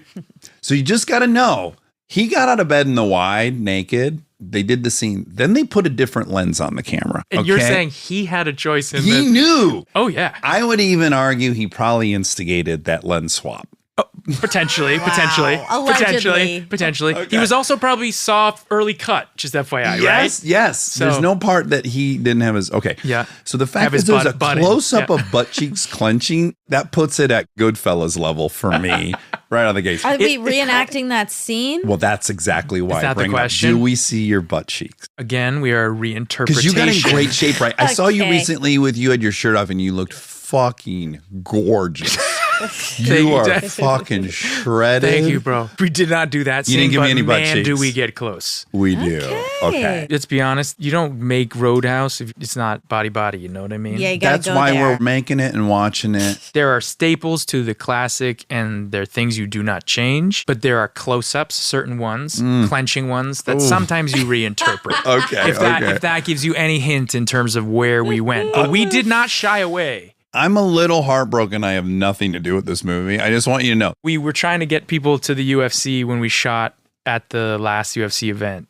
And I wish I had known because I would have been like, we need to fly Dax out here. Yes, I would have been there. Get him in a the shots. second. You're going to rewatch the original Roadhouse. Yeah. Okay. You're going to have to. Because Well, of course. my best friend Nate Tuck and I, when we lived together, we watched the movie, I'd say once every 3 weeks. No way. Yeah. We love it so much. We particularly love it because of John Doe.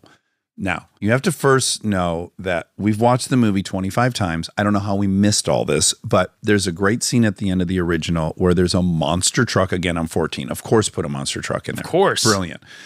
The bad guys are storming the compound. One of the bad guys, he's firing a shotgun, and I have to stand up and do it for you, Jake.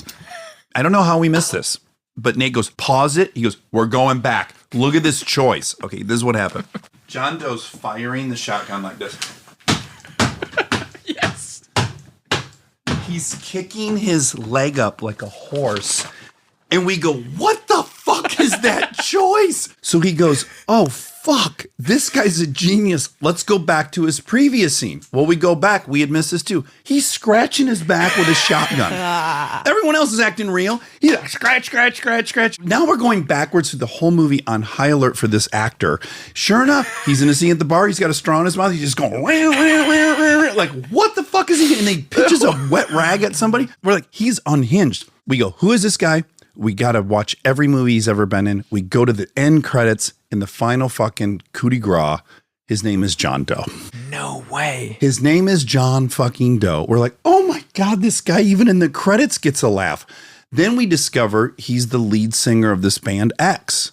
John Doe. He's already a famous singer. Actually, John Doe. Clearly, the director loved that band and put John Doe in this movie. Unreal. And he had a field day. Jake, he did whatever the flying fuck he wanted to do. Our movie is very similar to that.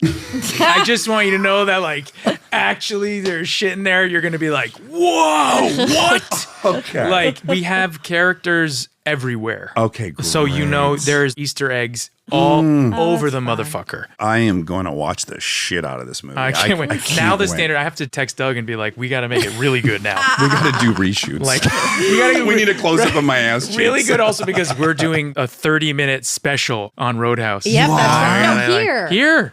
Oh, yes. Oh, we are? I got so excited. We should get the real John Doe in here for that. Fuck yeah. We've thought about it.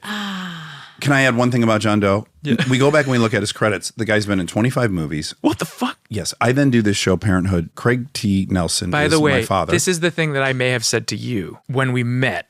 That show I love so much. Oh, thank you. And I love you in that show. I was obsessed with that show. In fact, it got me through some hard times. It did. So thank you. Oh, thank you. It is such a good show. It's such a good show. I asked Craig T. Nelson because I saw one of John Doe's credits was Poltergeist.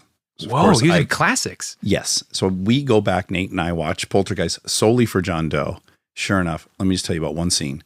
There's workmen in the backyard digging the pool. You'll remember. It's like here? a D plot. Yes. Like here. Yes. That's just something they're contending with. There's workers in the backyard. Well, clearly they didn't tell the workers what to do. Just be busy. John Doe is one of the workers. And what he has done is he's found the plans and he's rolled them up into like a stick. God. And he's dressing someone down in the background. He's shaking. so good. And I realized like this choice is so brilliant because it means he's the foreman, right? He's in charge. He's made Yeah. himself. Motherfucker's in charge. No one planned this out. There's no lines. It's just a fucking What background. I didn't tell you is that John Doe was in the line of my acting coach on that night. It wouldn't Thank fucking God for John surprise Doe. me Thank at God all. for John Doe. Okay, that's it. John Doe. I hope everyone runs out and sees John Doe. That's what I hope I'm everyone going to do it takes now. away. Now I'm going Yes. to do it. It's a really fun journey to take, the John Doe journey. He's everywhere in the 80s and 90s movies. Now, when I rewatch Roadhouse again because we watched it before, I'll keep an eye out. Look, I don't give a fuck if it's my daughter's birthday right now. If you want to walk directly down in the movie theater downstairs and put Roadhouse, I will do it. If you don't mind hearing me say every line of the See, entire movie. I also feel that way about Point Break. That's your Roadhouse. I mean, it's Swayze. By the way, Swayze was in Donnie Darko. He was? He plays the teacher in Donnie Darko. Oh, wow. Yes. Oh, It's that been must a have been minute crazy since I for you. saw it. That was amazing. And he was the sweetest man. Nice for years to me afterwards. And he and his wife are so lovely. Yeah. All right. Well, that's not here yet. But what is here on April 21st is The Covenant, which is a great movie. You're absolutely fantastic in it. Guy Ritchie. I want everyone to check it out on April 21st. It's a great, great movie.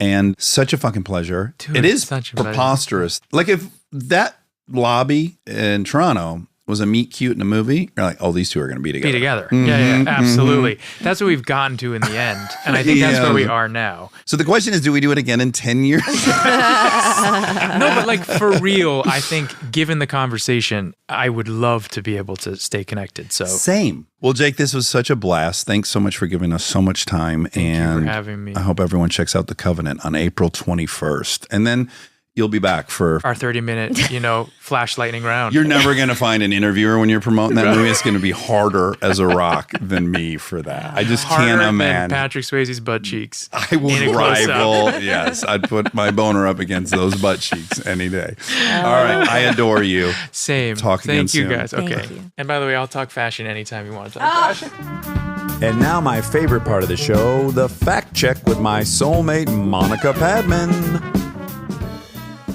Jackie Rohr. What's that mean? Jackie Rohr is Bacon's name, Kevin Bacon's name on City on a Hill. Copy. Can't recommend the show enough. Well, if you liked The Wire, which you're not a Wire devotee, are you? I really liked The Wire. You did love it. Okay. Do you long for it? No. No. Okay. Yes. So City on a Hill, which is confusing to me because I think it's a Showtime show, yet I don't think it's on Showtime's streaming platform. I've been purchasing it. Okay. But first season, sensational, very Wire-esque. But Kevin Bacon plays Jackie Rohr, a Boston FBI agent with a fucking mustache and a fucking crazy walk with his fucking shoulders banging, and he's a prick. Okay. He's smoking darts. He's blowing heaters the whole time, and I'm obsessed with him. Sounds good. You're not going to watch it? No. No. Not based on that ad campaign I just came up with? I hate to say that because I like him. Yeah. But there's just so much to watch. I have to be scrutinizing? Discerning. Discerning, that's the word. Well, we've talked about this before. It's relevant, I think, right now. Watching a show with a person is much different than watching it by yourself. So certain shows are good for watching with people, I think, versus watching by yourself. Say Game of Thrones or something? Give us some hard examples. I think Game of Thrones could go either way. Okay.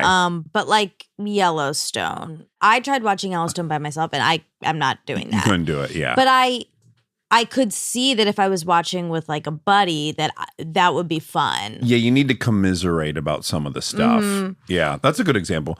I got to tell you though, I watch not as much, but nearly as much solo as I do with Kristen, because I'm consuming.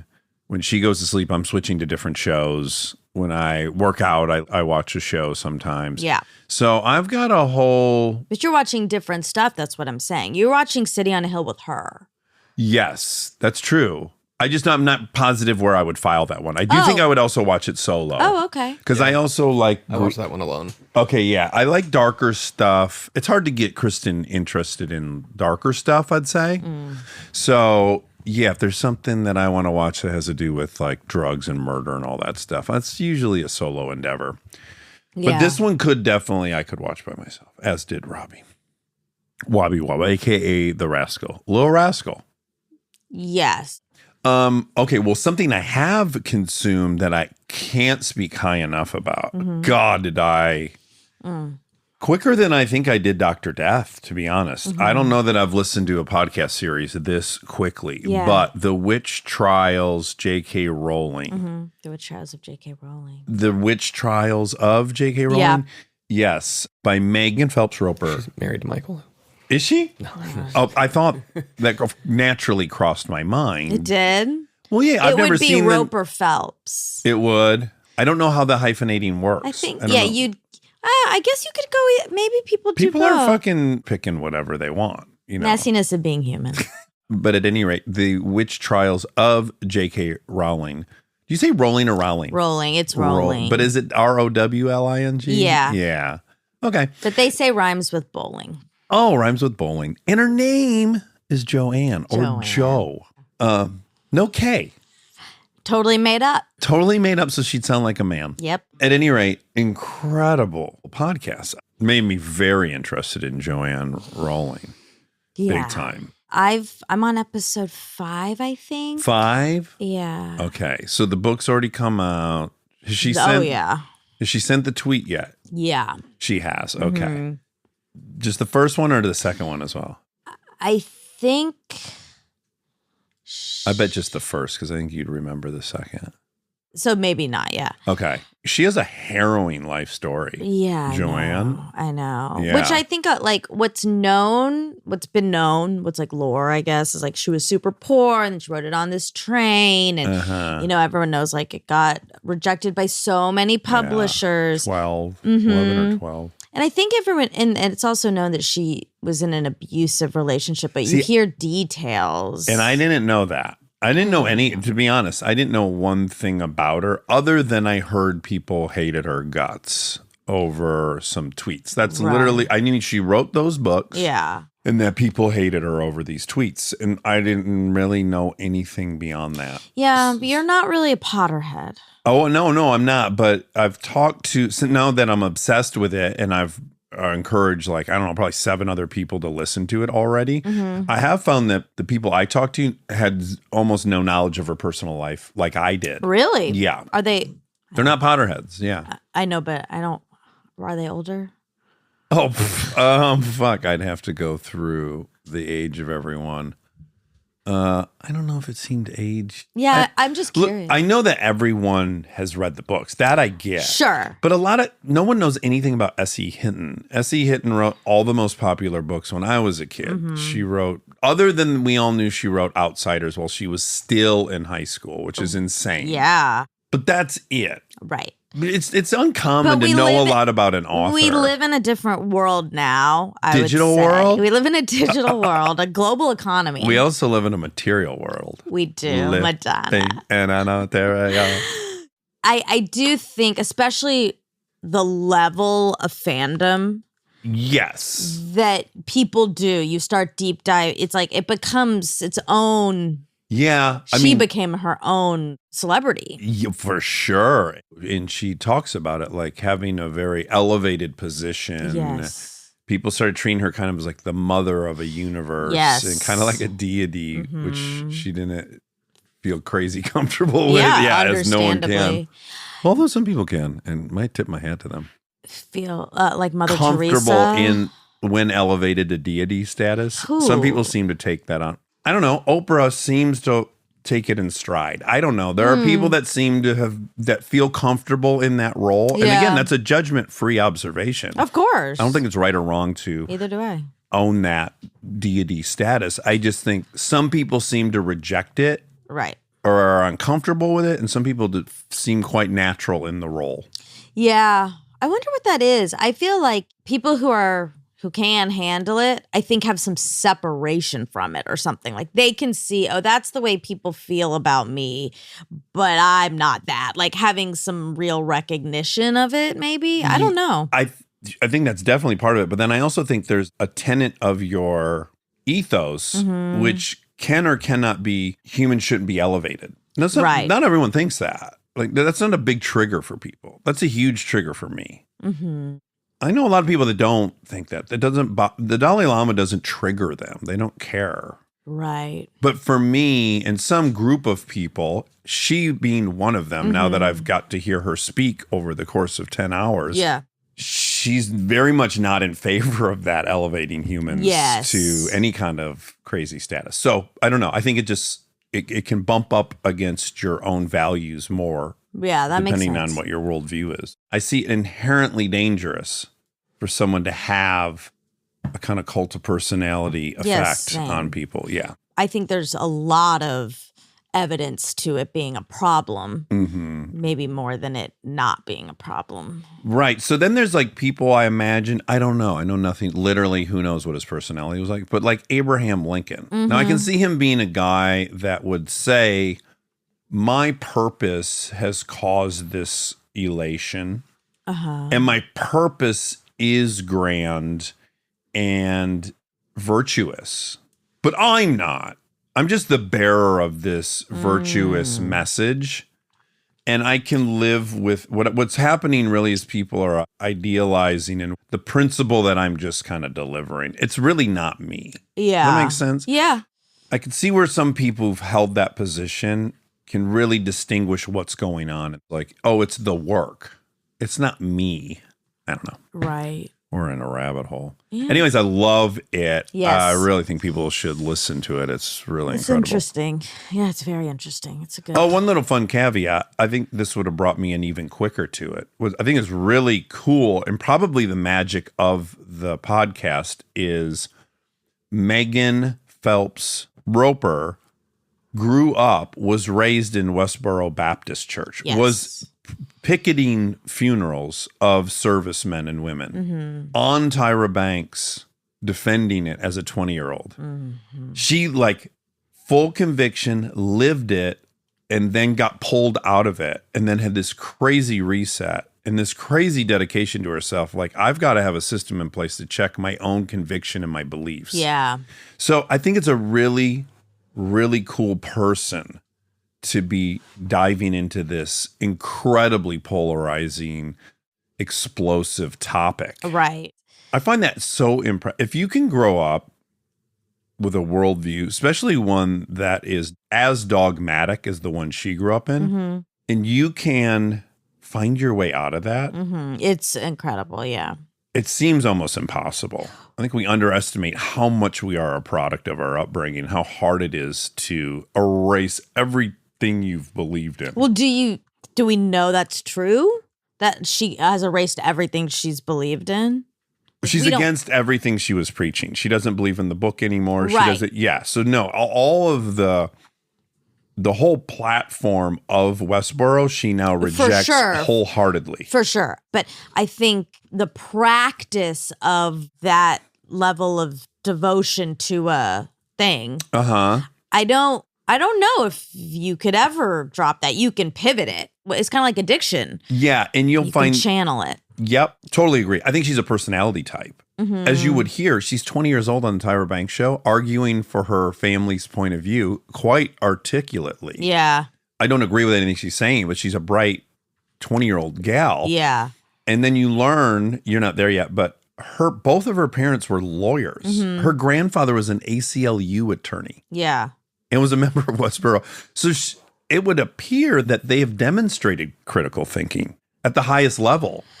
It's so misleading. ACLU is so interesting, though, right? Because I know. I don't think a lot of liberals really know what the ACLU is all about. Interestingly, well, I don't know what people think.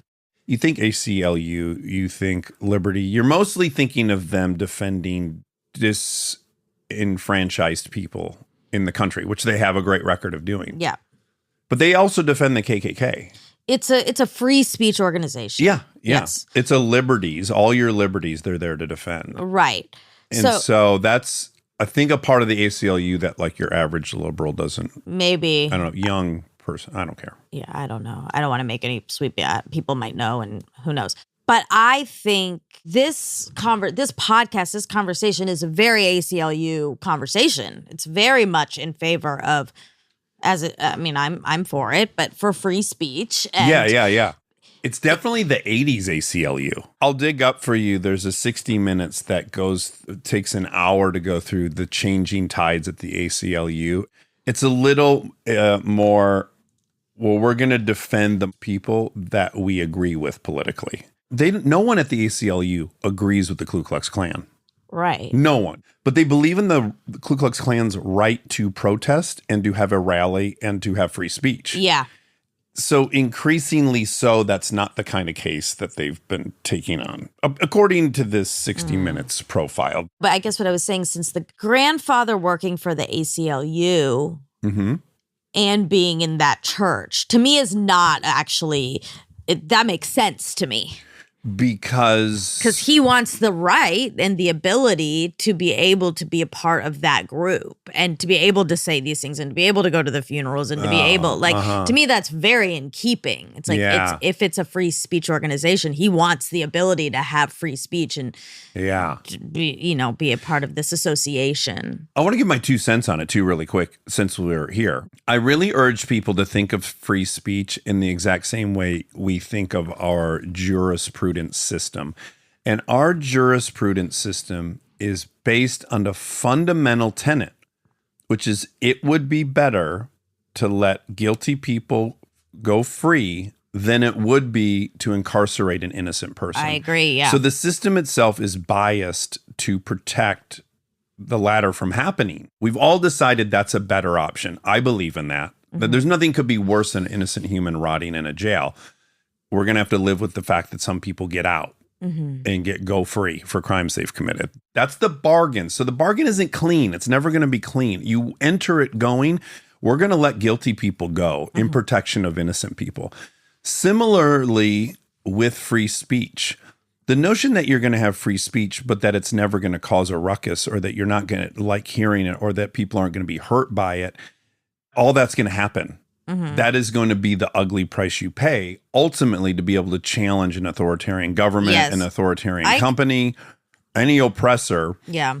But people have a pie in the sky, I think, fantasy of that we can have perfect free speech that doesn't hurt anyone, doesn't cause any damage, yet still have free speech when it's necessary. And I'm just saying it's an all-in proposition like the presumed innocent. There are going to be people that totally misuse it, and we're going to just have to live with that collateral damage because the thing we're protecting is so fucking sacred and important. It needs to be protected. I agree. There are stipulations that I do think are important.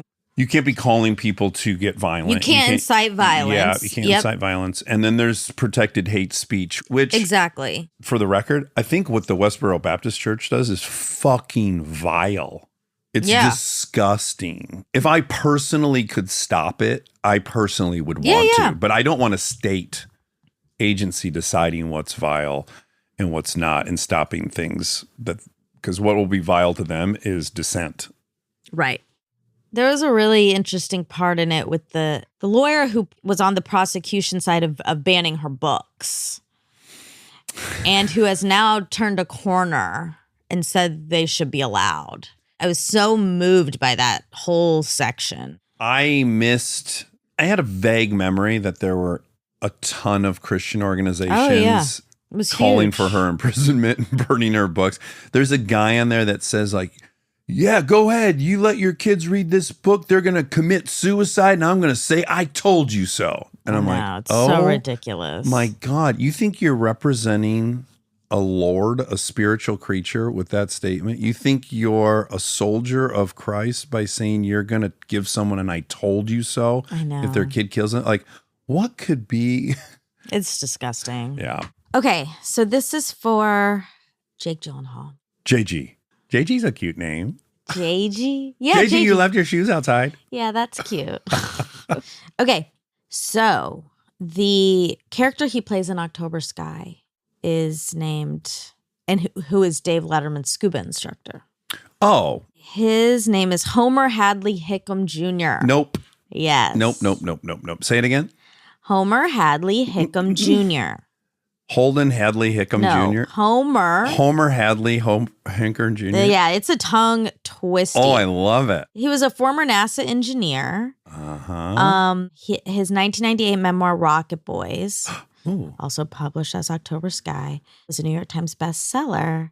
Wait, so he's the author of this great book, a NASA scientist and Dave Letterman's scuba instructor? Yeah, because he taught astronauts to dive. Oh, okay. And so I guess... These are tangentially linked. In a hotel pool, he taught David Letterman. Oh, God, like at a Best Western or a... Probably. Holiday Inn Express? Can't say. Dave should do a line of those commercials, the Holiday Inn Express, because you know the premise is, no, I just slept. They're doing something spectacular. Oh. And they go, how long have you been a surgeon? Oh, I'm not a surgeon. I just slept at a Holiday Inn Express. That's you know those, funny. You know that campaign? No. That's So they funny, should have though. Letterman in like full scuba gear, underwater, looking at the big shark. Whatever. Ooh, scary. No, the one that just skims, the whale shark. Oh, okay. And then the scientist next to him says, "Oh, how long have you been studying marine biology?" And then Dave Letterman goes, "Oh, I don't. I just slept at a Holiday Inn Express and went in and learned to scuba in the pool." That would work. Free concept, guys. Paul Newman salad dressing. Yes. Okay. Let me read the ingredients. Oh, okay. How did we get here? Because his mom was friends with Paul Newman, and he wrote the salad dressing down for them, and they have it framed. Oh, right. But I don't have that list, but I have the ingredients list on the bottle. Okay, that's fair. Yeah. So I'm going to do a reading. Okay.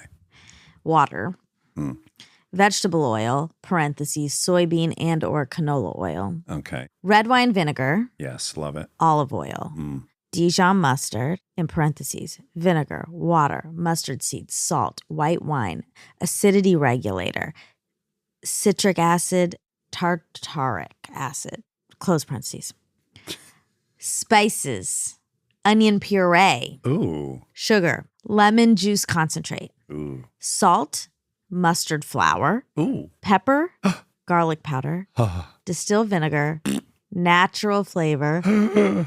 That could be beaver anus. Yeah, Yep. one can only hope. Mhm. Emulsifier. Emulsification. That's it. Wow. It's a tasty dressing. I've had it numerous times. The classic vinaigrette. Yeah. And he was approached to do that and he's like, I don't want to. And then he agreed to do it so that the money could go to the Hole in the Wall gang, his camp for kids. Oh, that's and sweet. it's raised hundreds of millions of dollars for that. I forget how much. 560 million. 560 million Wow. bucks. Oh, yeah, it says that here. 100% profits for charity. That's a nice little thing. That is. Yeah. Should I have a line of ketchup or something that comes out? To give to charity? Yeah. You don't want to fuck with ketchup because you can't beat Heinz. Exactly. Those 57 flavors, they did it somehow. What could I sell? I love mayonnaise. Another tricky one. There's a lot of good options. Yeah, you need to find a niche of something that's like just not good enough yet. Does that exist in 2023? There's got to be something. Well, every time you think that there's no way something could be improved on, every now and then something crazy Well, comes you in. are coming out with a brand of something. Oh, I am. Yeah. So yeah, but that's kind of easy because the NA beer market is in its infancy, Right. And there's only one I really love other than Ted Seeger's. Yeah, Yeah. So for me, there wasn't a bunch that I was like wanted to drink 9 of. exactly. So you did the right thing. I guess I did it, but it's not going to charity You need, if you're going to do a new one, everything should go to charity. It should be or to childhood friends. No, not that one. Oh, we already established. okay, now we're doing one that's just for Yeah, charity. we established that one's not for charity. That's for profit. Yeah. So your charity one, what should it be? Maybe non-narcotic cocaine. No. Remember, I always don't thought want it'd you be to nice to testing pair for people who are sober and miss blowing lines while drinking beer. If they had a nice drug-free cocaine they could snort, wouldn't that make it all? And then maybe some non-toxic cigarettes. I have an idea for charity, but I really might do it, so I'm probably not going to say it. Oh, so I'm gonna have to tell all my stuff, and then you're gonna keep yours. Well, I don't under think your you're vest? really going to make a non-narcotic cocaine. So I'm not that worried about it. And this would be. Oh, let me repackage it for you. Okay. It's kind of like the nasal equivalent of athletic greens. So in this Coke that you're snorting, it's got all kinds of vitamins, probiotics, adaptogens. But it makes you high. No. Oh. No, nor does an NA beer make you drunk. It's just about the ritual of drinking beers is what you're trying to have without what's the alcohol. point? What's the point of an NA beer? Well, you like the taste of beer. Right, absolutely. Is snorting anything good? If you like snorting stuff, I certainly liked it. You like snorting it for the high. I like the whole ritual of it. Oh, God. Well, try not to puke. Well, I think I'm allowed. You're talking about snorting cocaine. Yeah. Yep, that I am. Yeah. But there's it's a okay. whole ritual to it. You've got the bag of it. It says rocked up a bit. You're crushing it. You cut a little piece off. You're Sure. flattening. Then you're chopping it with a credit card. You're making it real fine. Then you're making your perfect line. There's a lot of pageantry and ritual to it, Right. which people do miss and crave. I'm not I really see, suggesting I we see. have a fake cocaine. Right. But the same exact way that NA Yeah. beer accomplishes no buzz, but it accomplishes cracking the thing open. Sure. The smell, you're having it not with your meal per se. You're taking time to enjoy this Totally. thing. It's just the ritual. Yeah, I get that. And Part you of could do it in what's- front of your kids because it would be athletic greens, basically. Well, I think that would be a bad influence. But also, don't you think what's happening psychologically during the ritual is the anticipation of the high? Of course. But again, we have a hard example. It works with NA beer.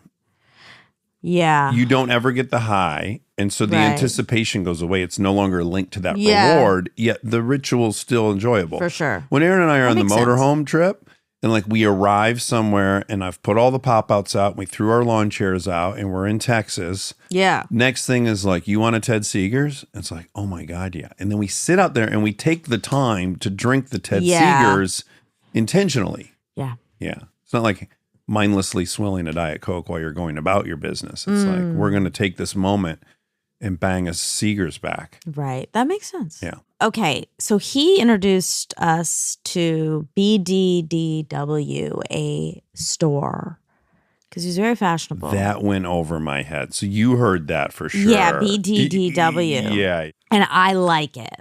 Oh, you went and perused a little bit? Yeah. Oh, okay. There's some cool stuff. And you were unaware of it? I didn't know Oh about it. my God, Monica, how'd you let this happen? I know. I'm being Slipped through the vulnerable in cracks. saying that. Okay, but not to tell me your charity. No. Okay. And they have ceramics. See? You love ceramics. I do. I love mugs. As we Whereas know. I want a shoe closet that's like 1,000 square feet. Yeah. You ultimately need a pantry with like 1,000 linear feet to house your mugs. I'd like both, but yeah. Yeah, but you would love to collect 1,000 or more Look! mugs. Mugs, adults only mugs from that website. Oh my God. Should I click it? Yes. There's It'll like- pair nicely with my non-narcotic cocaine. There's a box that says click below for secret sexy section. Oh, also, Monica, Don't in tell the me. sex ritual, the cocaine, the non-narcotic cocaine could be sprinkled on breasts or butt cheeks, and lines could be done off the human. Also part of the ritual. I would not like that. If anyone is interested in having sex with me, I'm purchasing that. Non-narcotic. The non-narcotic What if, cocaine, they can keep that away What from if me. Ben Affleck wants to do a little line of vitamins off your I'm not breasts? comfortable with that. Okay. All right. Good. We have boundaries. I do. Do we think this is The same website anymore? Yeah, I'm scared. I think you've been. think it is. I think you're on a Russian. What's it saying? 18. Oh my God. It's blasting 18 and over. But You it look still so says scared. I am, because what if I get hacked? I went through. It's safe. He went through on my Okay. computer. Yes, I'm So he feels confident on the computer with all my writing on but it. it and stuff. is like sexual. There's one of Rudolph Look. licking Santa's butt. Oh, really? These are sexual Rudolph's mugs. giving Santa a rim job? Yep. Then one foggy Christmas Eve, Santa came to say, Rudolph, with your tongue so damp, won't you rim my job tonight? Ew. You are. I don't like. no fun. I You don't don't- want to do non-narcotic? Coke. Yeah, I'm gonna. You don't stick want a with- rim job from Rudolph. I don't. But this is $360. This rated X mug. What's going on there? I see penises and penises. sombreros. It's kind of like Ballsack Cowboys Oh, sort of. maybe. Do you think I should do a collab with them? Oh my God! And Yeah, license Ballsack Cowboys? you could charge $360. Maybe this could And be I'll your charity. donate it all to. charity. Wow. Okay, this is cool. I want these. They're all sold out. Oh my God, God! now you really want them. If you're listening to this BDDW, I would not mind a set of these mugs. Okay. Okay. What play did Jake get nominated for a Tony? It was, as an actor, he was nominated for a play called Seawall / A Life. And then as a producer, one called Slave Play. He was nominated twice as a producer Oh my goodness. and once as an actor. Wow. And his award section is long. Too long. Quite long. Cumbersome. Yeah. That's why I'm so grateful I don't have any awards. Yeah, it because that doesn't section. No, I don't want to take up all that real estate. Sure. Bunch of awards. Okay. Oh my God. Okay. Guy Ritchie's Barbecue. Ah, yeah. Okay. Gentleman's Barbecue. What did you say it was? Is that what it's called? Let me read some stuff. Okay. The outdoor grill, table, and marquee-like tent, which featured in Ritchie's action movie The Gentleman, caused quite a stir when the film hit our screens in 2019. He kindled a great deal of interest with an article he published when rumors were afoot the luxury barbecue could become commercially available. It turns out there really is no smoke without fire, and we're now able to share some good news with you. The fire table film prop prototype, which featured in the film, has now been developed and is now available for your own garden. Now called the Wild Table. Ritchie and his team at the Kashmir Caveman Company, Wild Kitchens, have been hard at work behind the scenes perfecting the outdoor grill and accompanying wild tent design since their cameos in The Gentleman. It has come to light that Ritchie has an obsession with outdoor cooking and has personally owned over 30 different barbecues. He originally designed this deluxe beast of a Barbie to keep warm. Really quick, that number that's in this bit of literature here Yeah. most certainly came out of like some interview where they said like, so you're into barbecuing? He's like, yeah, I've been barbecuing since I was in grade school. Oh my God, how many barbecues do you think you've owned over the year? Oh my God, I don't know, like 30? Yeah. I bet it was that throwaway. Probably. He doesn't know how many barbecues he's owned. That would be crazy. Well, yeah. I guess if he has that Sorry, many. I'm doing that thing with the list of You animals. are, but it's fine. Yeah. But it's also not something that's impressive to own a bunch of barbecues. No. mean- My father-in-law, Tom, currently owns 30 barbecues. His whole backyard is barbecues. He does It's not adorable. have 30, does he? I think the real number on the patio is 6. Wow. Yeah. Wow. Because does he have an He's egg? got like a old-fashioned Weber Cole. He's got 2 different eggs. Okay, The big green egg. I'm getting an egg. You are? Uh-huh. Oh, okay. Really? For my When did you house. decide this? Oh, it's part of my plan. Oh, okay. And it's been a part of some of the instructions you've wanted to follow in online cooking or? Oh, I mean, I like grilling if I have the ability. Okay. We had one in college and we grilled a lot. Oh, okay, great. But I don't have one now. I don't have the ability. Right. Yeah, cooking videos. There is a whole fish one I want to do and some wings. And yeah, so there's some stuff And you I want to do haven't them on been- the green egg? I'm going to have 2. I'm going to have a green egg and an outdoor grill. Okay, right. And so then he's got a normal gas one as the only grill I'd ever use. I can't go out there and build a coal. Right. I'll do all that, That's hard. Or, stack something with wood. Yeah. And then he's got some other far-flung one. Wow. Then he's got a full-fledged pizza oven. Ooh, that's fun. Yeah, it's really funny. Humans are just really funny. It's like we lived outside, we cooked over a fire, Yeah. and then we're like, oh my God, thank God we've moved this in our house. We can like do all of our cooking inside. We don't have to go outside at night to cook. And then we were like, we should also then go back outside. Yep. And then we should have everything out there. We should have ovens. We should have pizza. Yes. It's just funny. It is. The aliens like it. Yeah, it's funny in the way that my car collection's ridiculous. It's just like, We all this have guy these thinks things. these are all different. And I guess, what else are you going to do while you're on this planet for 80 years? Yeah. We got to We're all trying to stay busy. I know. Okay. John Doe. John Doe. God, I could do Oh my 4 God, hours look. on John Doe. An ad popped up for the Continental because my tires. It hurt. Oh, wow. Yeah. They're bugging our microphones. Duck, goose. They hear us. They do hear us. Okay. His credits. Are extensive. I mean, it says as Total. an actor 99. Exactly. That's crazy. More than That me. can't be right. That He has an cannot. illustrious career. Can that be right? It is right.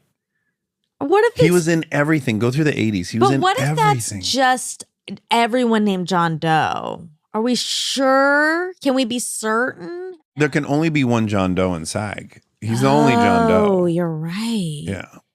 But what a move to rename yourself John Doe. It's incredible. He's been married to Gigi Gonzalez since 1987. And I think she's in the band X with him. Oh, she is? I think they're bandmates. I could be wrong. Oh. I don't know as much about X as I should, considering I'm such a John Doe fan. His name in Roadhouse is Pat McGurn. His character name. Yeah. Yep. Imagine, though, looking in the credits for Pat McGurn and you see John Doe. Wait, I'm confused because it has under his credits the bodyguard for soundtrack. Well, probably Because X? Yeah. Is it that big? His band was big, yeah. Oh. I think that's why people liked putting him in stuff. I think there's all these fans of the band around town, and they're like, oh, yeah, we should put John Doe in Oh this. my God. Yeah, like, if Dave Grohl wanted to be in scenes, he could do it endlessly. Everyone would want Dave Grohl in a small role in their... Oh, for sure. Yeah, I think it's 80s and 90s LA punk. He's in... 7 studio albums between 1980 and 1993. X did? X does, yeah. There you go, 13 years. Wow, good for him. Yeah. And is his wife part of X? Gigi Gonzalez. Gigi Gonzalez. I don't see a Right. Gigi Gonzalez in the band. Okay. Oh, he was married to the singer of X. Oh, he was. Okay. That makes I don't know how to say this name. EXENE. Oh, his ex-wife was? EXENE. Exene. Yeah, Cervenka. Wow. Exene. This is cool. 80 to 93. Mm. For me, 5 to 18. Oh, wow. Formative years. Big time. The soundtrack of my childhood, I guess you could say, even though I wasn't listening to it. It was right there for the taking. Exene. I bet they were doing non-narcotic coke bumps off each other's privates. Probably. Okay. The amount of interpreters estimated that are still waiting for visas is 50. over 60,000. Over 60,000. Yeah. Hey. That's a lot of people in hiding. Oh, kind of related. I didn't Ooh. even ding this when it was happening. But again, as we started this, things I watch on my own. Yeah. Frontline. I love Frontline. There's one, it's a 4-parter. I'm just through the first one. Okay. It's the full history of the Taliban in the U.S. Oh. And it is incredibly fascinating. Wow. And there was a very, very specific error made that really probably caused the ensuing 18-year war. Really? Which was after the Taliban was overthrown and they were assembling a new government. There were many people that said we should invite the Taliban leaders to join the government. Okay. And prevailing thought at the time was, well, no, they work with Al-Qaeda. We can't be, having just overthrown them invite them back into the government. That doesn't make any sense. You can see where at the time that was a hard sell. Yeah. But then with hindsight being what it is, what that did is it exiled an entire military and government that could have been incorporated in. Right. Yeah, huge blunder. And, a lot of these main Taliban leaders, it's kind of similar to this situation. The Taliban was formed 100% with CIA funding to defeat the Russians. So these folks were our allies 8 years before, and we had an opportunity to incorporate them and to make them part of the new thing. And we didn't. And that's really kind of they had nowhere to go, but they just fought for 18 years. They just stayed out as exiles. Yeah. Really, really interesting doc. Can't wait to watch the other 3. Yeah, that sounds good. It's good. I'll watch it. Okay. No, that one I'll watch way more than the City on the Hill. Okay. All right. That sounds like something I'd watch by myself. Okay. It's great.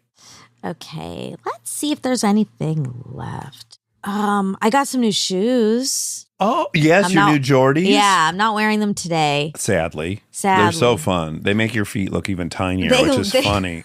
They do make my feet look really small. Yeah, like if a pony wore shoes. Which I wonder why, because the other Jordans I have are the same size, I think. Yeah, there's something going on with the color. It's a purple. Yeah, it's a beautiful. Deep mauve. Yeah, violet. Violet mauve. But deep. Deep. Put your ass to sleep. That's another great thing about non-narcotic coke. Right to sleep if you want. Oh. You do a line, go right to sleep. Just Right. whatever, unless the vitamins keep you awake. Yeah, they are energy boosting. They are. And those probiotics are getting going. But they're adorable. And you were encouraged to get them because Hold you on. had just seen Air. Why don't you just snort the athletic green? Oh, we're probably not allowed to say that. Well, we're not telling anyone else to do it. You're just telling me to. I'm just saying. You just have to say, nobody do this but you, Dax. Nobody. No, I don't even want you to do it. I'm just saying. Probably would work really good. Instead of inventing a new. Yeah, but Athletic Greens has a taste. Right. You have to replicate the taste of beer when you do NA. Yeah. You can't make it V8. But cocaine. You can't just go like, well, just drink V8. It's non-narcotic. Right. It's non-alcoholic. Of course. But no, it's got to taste just like beer. So the cocaine has to taste like cocaine. Oh, but I thought you were snorting it. Yeah, you still but you taste it. Oh, God, you do? Yeah, sure, because you're olfactory. sniffing. Yeah. Oh, God. What does it taste like? Chemicals. But you grow to love them. Ew, You grow to God. love those chemicals. Okay, that actually makes way more sense that there's A taste. Yes. Yeah. Because that's what I was saying. The beer makes sense to me because there is a taste. Have we ever been together when I've smelled crack? No, not that I know of. Well, it happens more than you might think. Oh, like on the street. Yes, like Chris and I have been walking through New York a few different times or LA, and I'll stop and I'll be like, someone's smoking crack. Like it has the most specific smell imaginable if you know it. Right. And you might be shocked to know that, yeah, a couple times a year I smell crack out in the street. Do you think it's And then- getting in your nose particles when you sniff it? Well, obviously it is if I can smell it, but I don't think any of the chemical compounds that make you high. I should start a moral panic around this. You should. Do you remember when we were in England and we went out to eat at a restaurant and I went into the bathroom and the second I shut the door, I was like, oh my God, this whole bathroom smells like cocaine. Like really strong. Yeah, like and then you had Eric go. And I didn't lead him at all. I just said, use that bathroom and tell me if you smell anything specific. And he walked out and he goes, oh my God, the place smells like Coke. Mm-hmm. And so I don't think you would have walked in there and picked that up. I'm sure not. But it was like, it was so present. It was crazy. But what And there was nothing visually out. Like there wasn't a line of cocaine on the back of a toilet. But clearly people were blowing so many lines in there. The whole thing smelled like Coke. But would I walk in and be like, something smells a little funny, but I wouldn't know what it is? I wonder, yeah. Yeah, I wonder. Well, yeah, you would have to detect it if I can detect it. Like this morning, I woke up and I was like, it smells like. You poop. Oh, God. Okay. That smell. What's that smell? What's that in bed with me? Oh, Monica. Oh. I don't talk buddy. to myself. I don't talk to Well, myself. you need to give yourself a pep talk in that moment. Monica. It's okay, Monica. You know what? You got a great job. You're a beautiful home. You're educated. You have your health. You're a good person despite this. Oh, Little God. misstep. No. What'd you smell? I smell what smelled like the heater. Oh, uh-huh. And your apartment will get that smell in it pretty. But I know when Aaron and I lived there. Oh. It reminded me so much of when I lived in Santa Monica. Those kinds of heaters. Yeah. Like, but it wasn't on. You know, I don't have it Oh. on. So I didn't understand where it was coming from. And then I thought, it's not it couldn't be a gas leak because that has a different smell. Right. The smell of yours and the smell of mine, in my opinion, is dust heating up. It's like the unit in your case, which is like subterranean. It's under your floor. Yeah. There's dust all over it. It heats up and it emits kind of this hot dust smell, as did Right. mine in Santa Monica. Yeah, because there's all these old apartments. Yeah. But it was, I think, coming from outside. It must have Curious. been. And then I, for a second wondered if I was having a stroke. Had to check in on Okay, that. I wouldn't have guessed that, but all right. Well, 'cause that's burnt it's- toast. Well, yeah, but it's like burnty smelling a little bit. All right, and then you felt your left arm. I had to talk. I talked. Okay, great. To make So sure I could Monica, talk. it's okay. Yeah. You're a good girl. Yep. And anyway, I never figured it. I opened the window just in case it was a gas leak. Okay. And I was going to email my landlord, but I forgot. Here's a tidbit of useless anecdotal information. Do you know gas, natural gas? Yeah. Has an added smell. Yeah, you know that. And propane. Yeah. Because I want you to be able to detect it. That's right. And I do. But I thought that's what propane smelled like growing up. Right. It didn't occur to me that they add that smell. Yeah, odorless Also gas. weird to me you can add a smell to something. I know. I'm going to think about that when I workshop my non-narcotic. Oh, you're going to add a smell? Well, all the chemicals. Well, I think that will just have a natural smell, right? Especially if it's greens. It's not. Well, that's the whole point, Monica. Back circling all the way back. It's white and smells like cocaine, but there are vitamins and minerals essential to your overall health. Okay. But they're non-detectable. All you're detecting is that weird gasoline. Good luck Coke smell. getting broccoli smell out of the broccoli in there. That is the challenge with broccoli. It's Broccoli's strong. dicey. It's It strong. always smells like you're cooking a fart. I know, but it's so good for you. I know. There's some wires crossed there in nature. Yeah. Because bad smells generally, You shouldn't want that. you're supposed to stay away. Yeah. But that thing smells like a big, wet, hot fart. When you like got a lid over it and you pop it off, someone walks into the kitchen like, you're cooking broccoli. That's like generally Right. what happens. But sometimes I think that's because you're overdoing, like cooking it badly. I don't Like burning it a little know. bit in the pan. It's like when it's burnt, roasted sometimes has a stink. But if you're steaming it, it doesn't really smell. Yeah, okay. Yeah. And that's the best If you way have to the eat lid on it though and you're steaming and then you lift the lid and that hot broccoli steam comes up, it Yeah. smells like a fart. Yeah. The other food item that's suspicious that way is if you're in the car Mm. and you didn't hear the person open the bag of chips, but someone opens like a big bag of Lay's in the car. Oh. All of a sudden you're like, hey, did someone? And there's, It oh, smells- no, it's just me. I'm eating chips. And you're like, oh, thank God. I've never had that. You got to pull the big bag open and whiff it. I and like it that smell, I Fart think. smell. Yeah, you like No. fart smell. No, ugh, don't do that.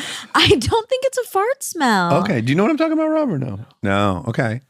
In our family, it's kind of well known. Just I'm gonna buy a regular big- Lay's. Yeah, regular Tata chips. You open that Not bag. and Ruffles. Ruffies might do it too. Oh. I'll get 2 bags. I'll do it. Will we do a test? It But you definitely have smells like to- a fart in You're there. gonna secretly. You have to do it secret. Yeah, because otherwise I'll know. Am I allowed to also go? Because what I'll do is I'll get behind you. Okay. I'll quietly open the bag. And then I'll push the bag, but I'll go, Okay. can I mislead you with a noise? That sounds not fair at all. I Okay. think it's not possible to do that secretly. No, I want you to do it in here, but how are you going to do it secret? Maybe Rob can do it secret over there. I think we need to be a little closer. We need to get in the car. I wonder if other people are relating to this. I I'm just not wonder. into- yeah. We'll find out. But not Doritos, right? Nope, not Doritos, And not Pringies. Cheddar, sour cream and cheddar? Sour cream and cheddar, I don't think. I think you're overwhelmed with that specific Right. smell. And not fully Salt and vinegar. all dressed up. No. All dressed. Not all dressed up. It's all dressed. I like it better all dressed It up. should have been all dressed up. Yeah, In that's fact, it should be cute. all dressed up in a Canadian tux because they're from Canada. Oh, wow. Yeah. Is that a phrase? Canadian tux. You know what a Canadian tux is? Denim on denim. Oh, right. Yeah. Jay Leno Right. wore the Canadian tux for That's years. right. Still wearing it. Wow. Oh, man. Okay. Well, I think that's that. That covers JG. JG. JG. For the record, Yeah. JG's a sweet boy. Very. Good boy, JG. He's very. Still got to bring your shoes in from outside, but good boy. Real good boy. Why does it? Why what? Why does he keep his shoes outside? He just left him outside and his girlfriend said, JG, I think your shoes are outside. Oh. Remember? And then you thought it meant she was supposed to pick them up. But that's not even what she was saying. She was just like, in case you're looking for them. Oh, it's like, because he's like, where are my shoes? Yeah, JG, they're on the porch. Okay. Yeah. Remember you had stepped in potato chips and thought you Farted, so you took it off. No, it was just chips. Oh, wow. What a life they have. Sounds good. All right. All right. Love you. you.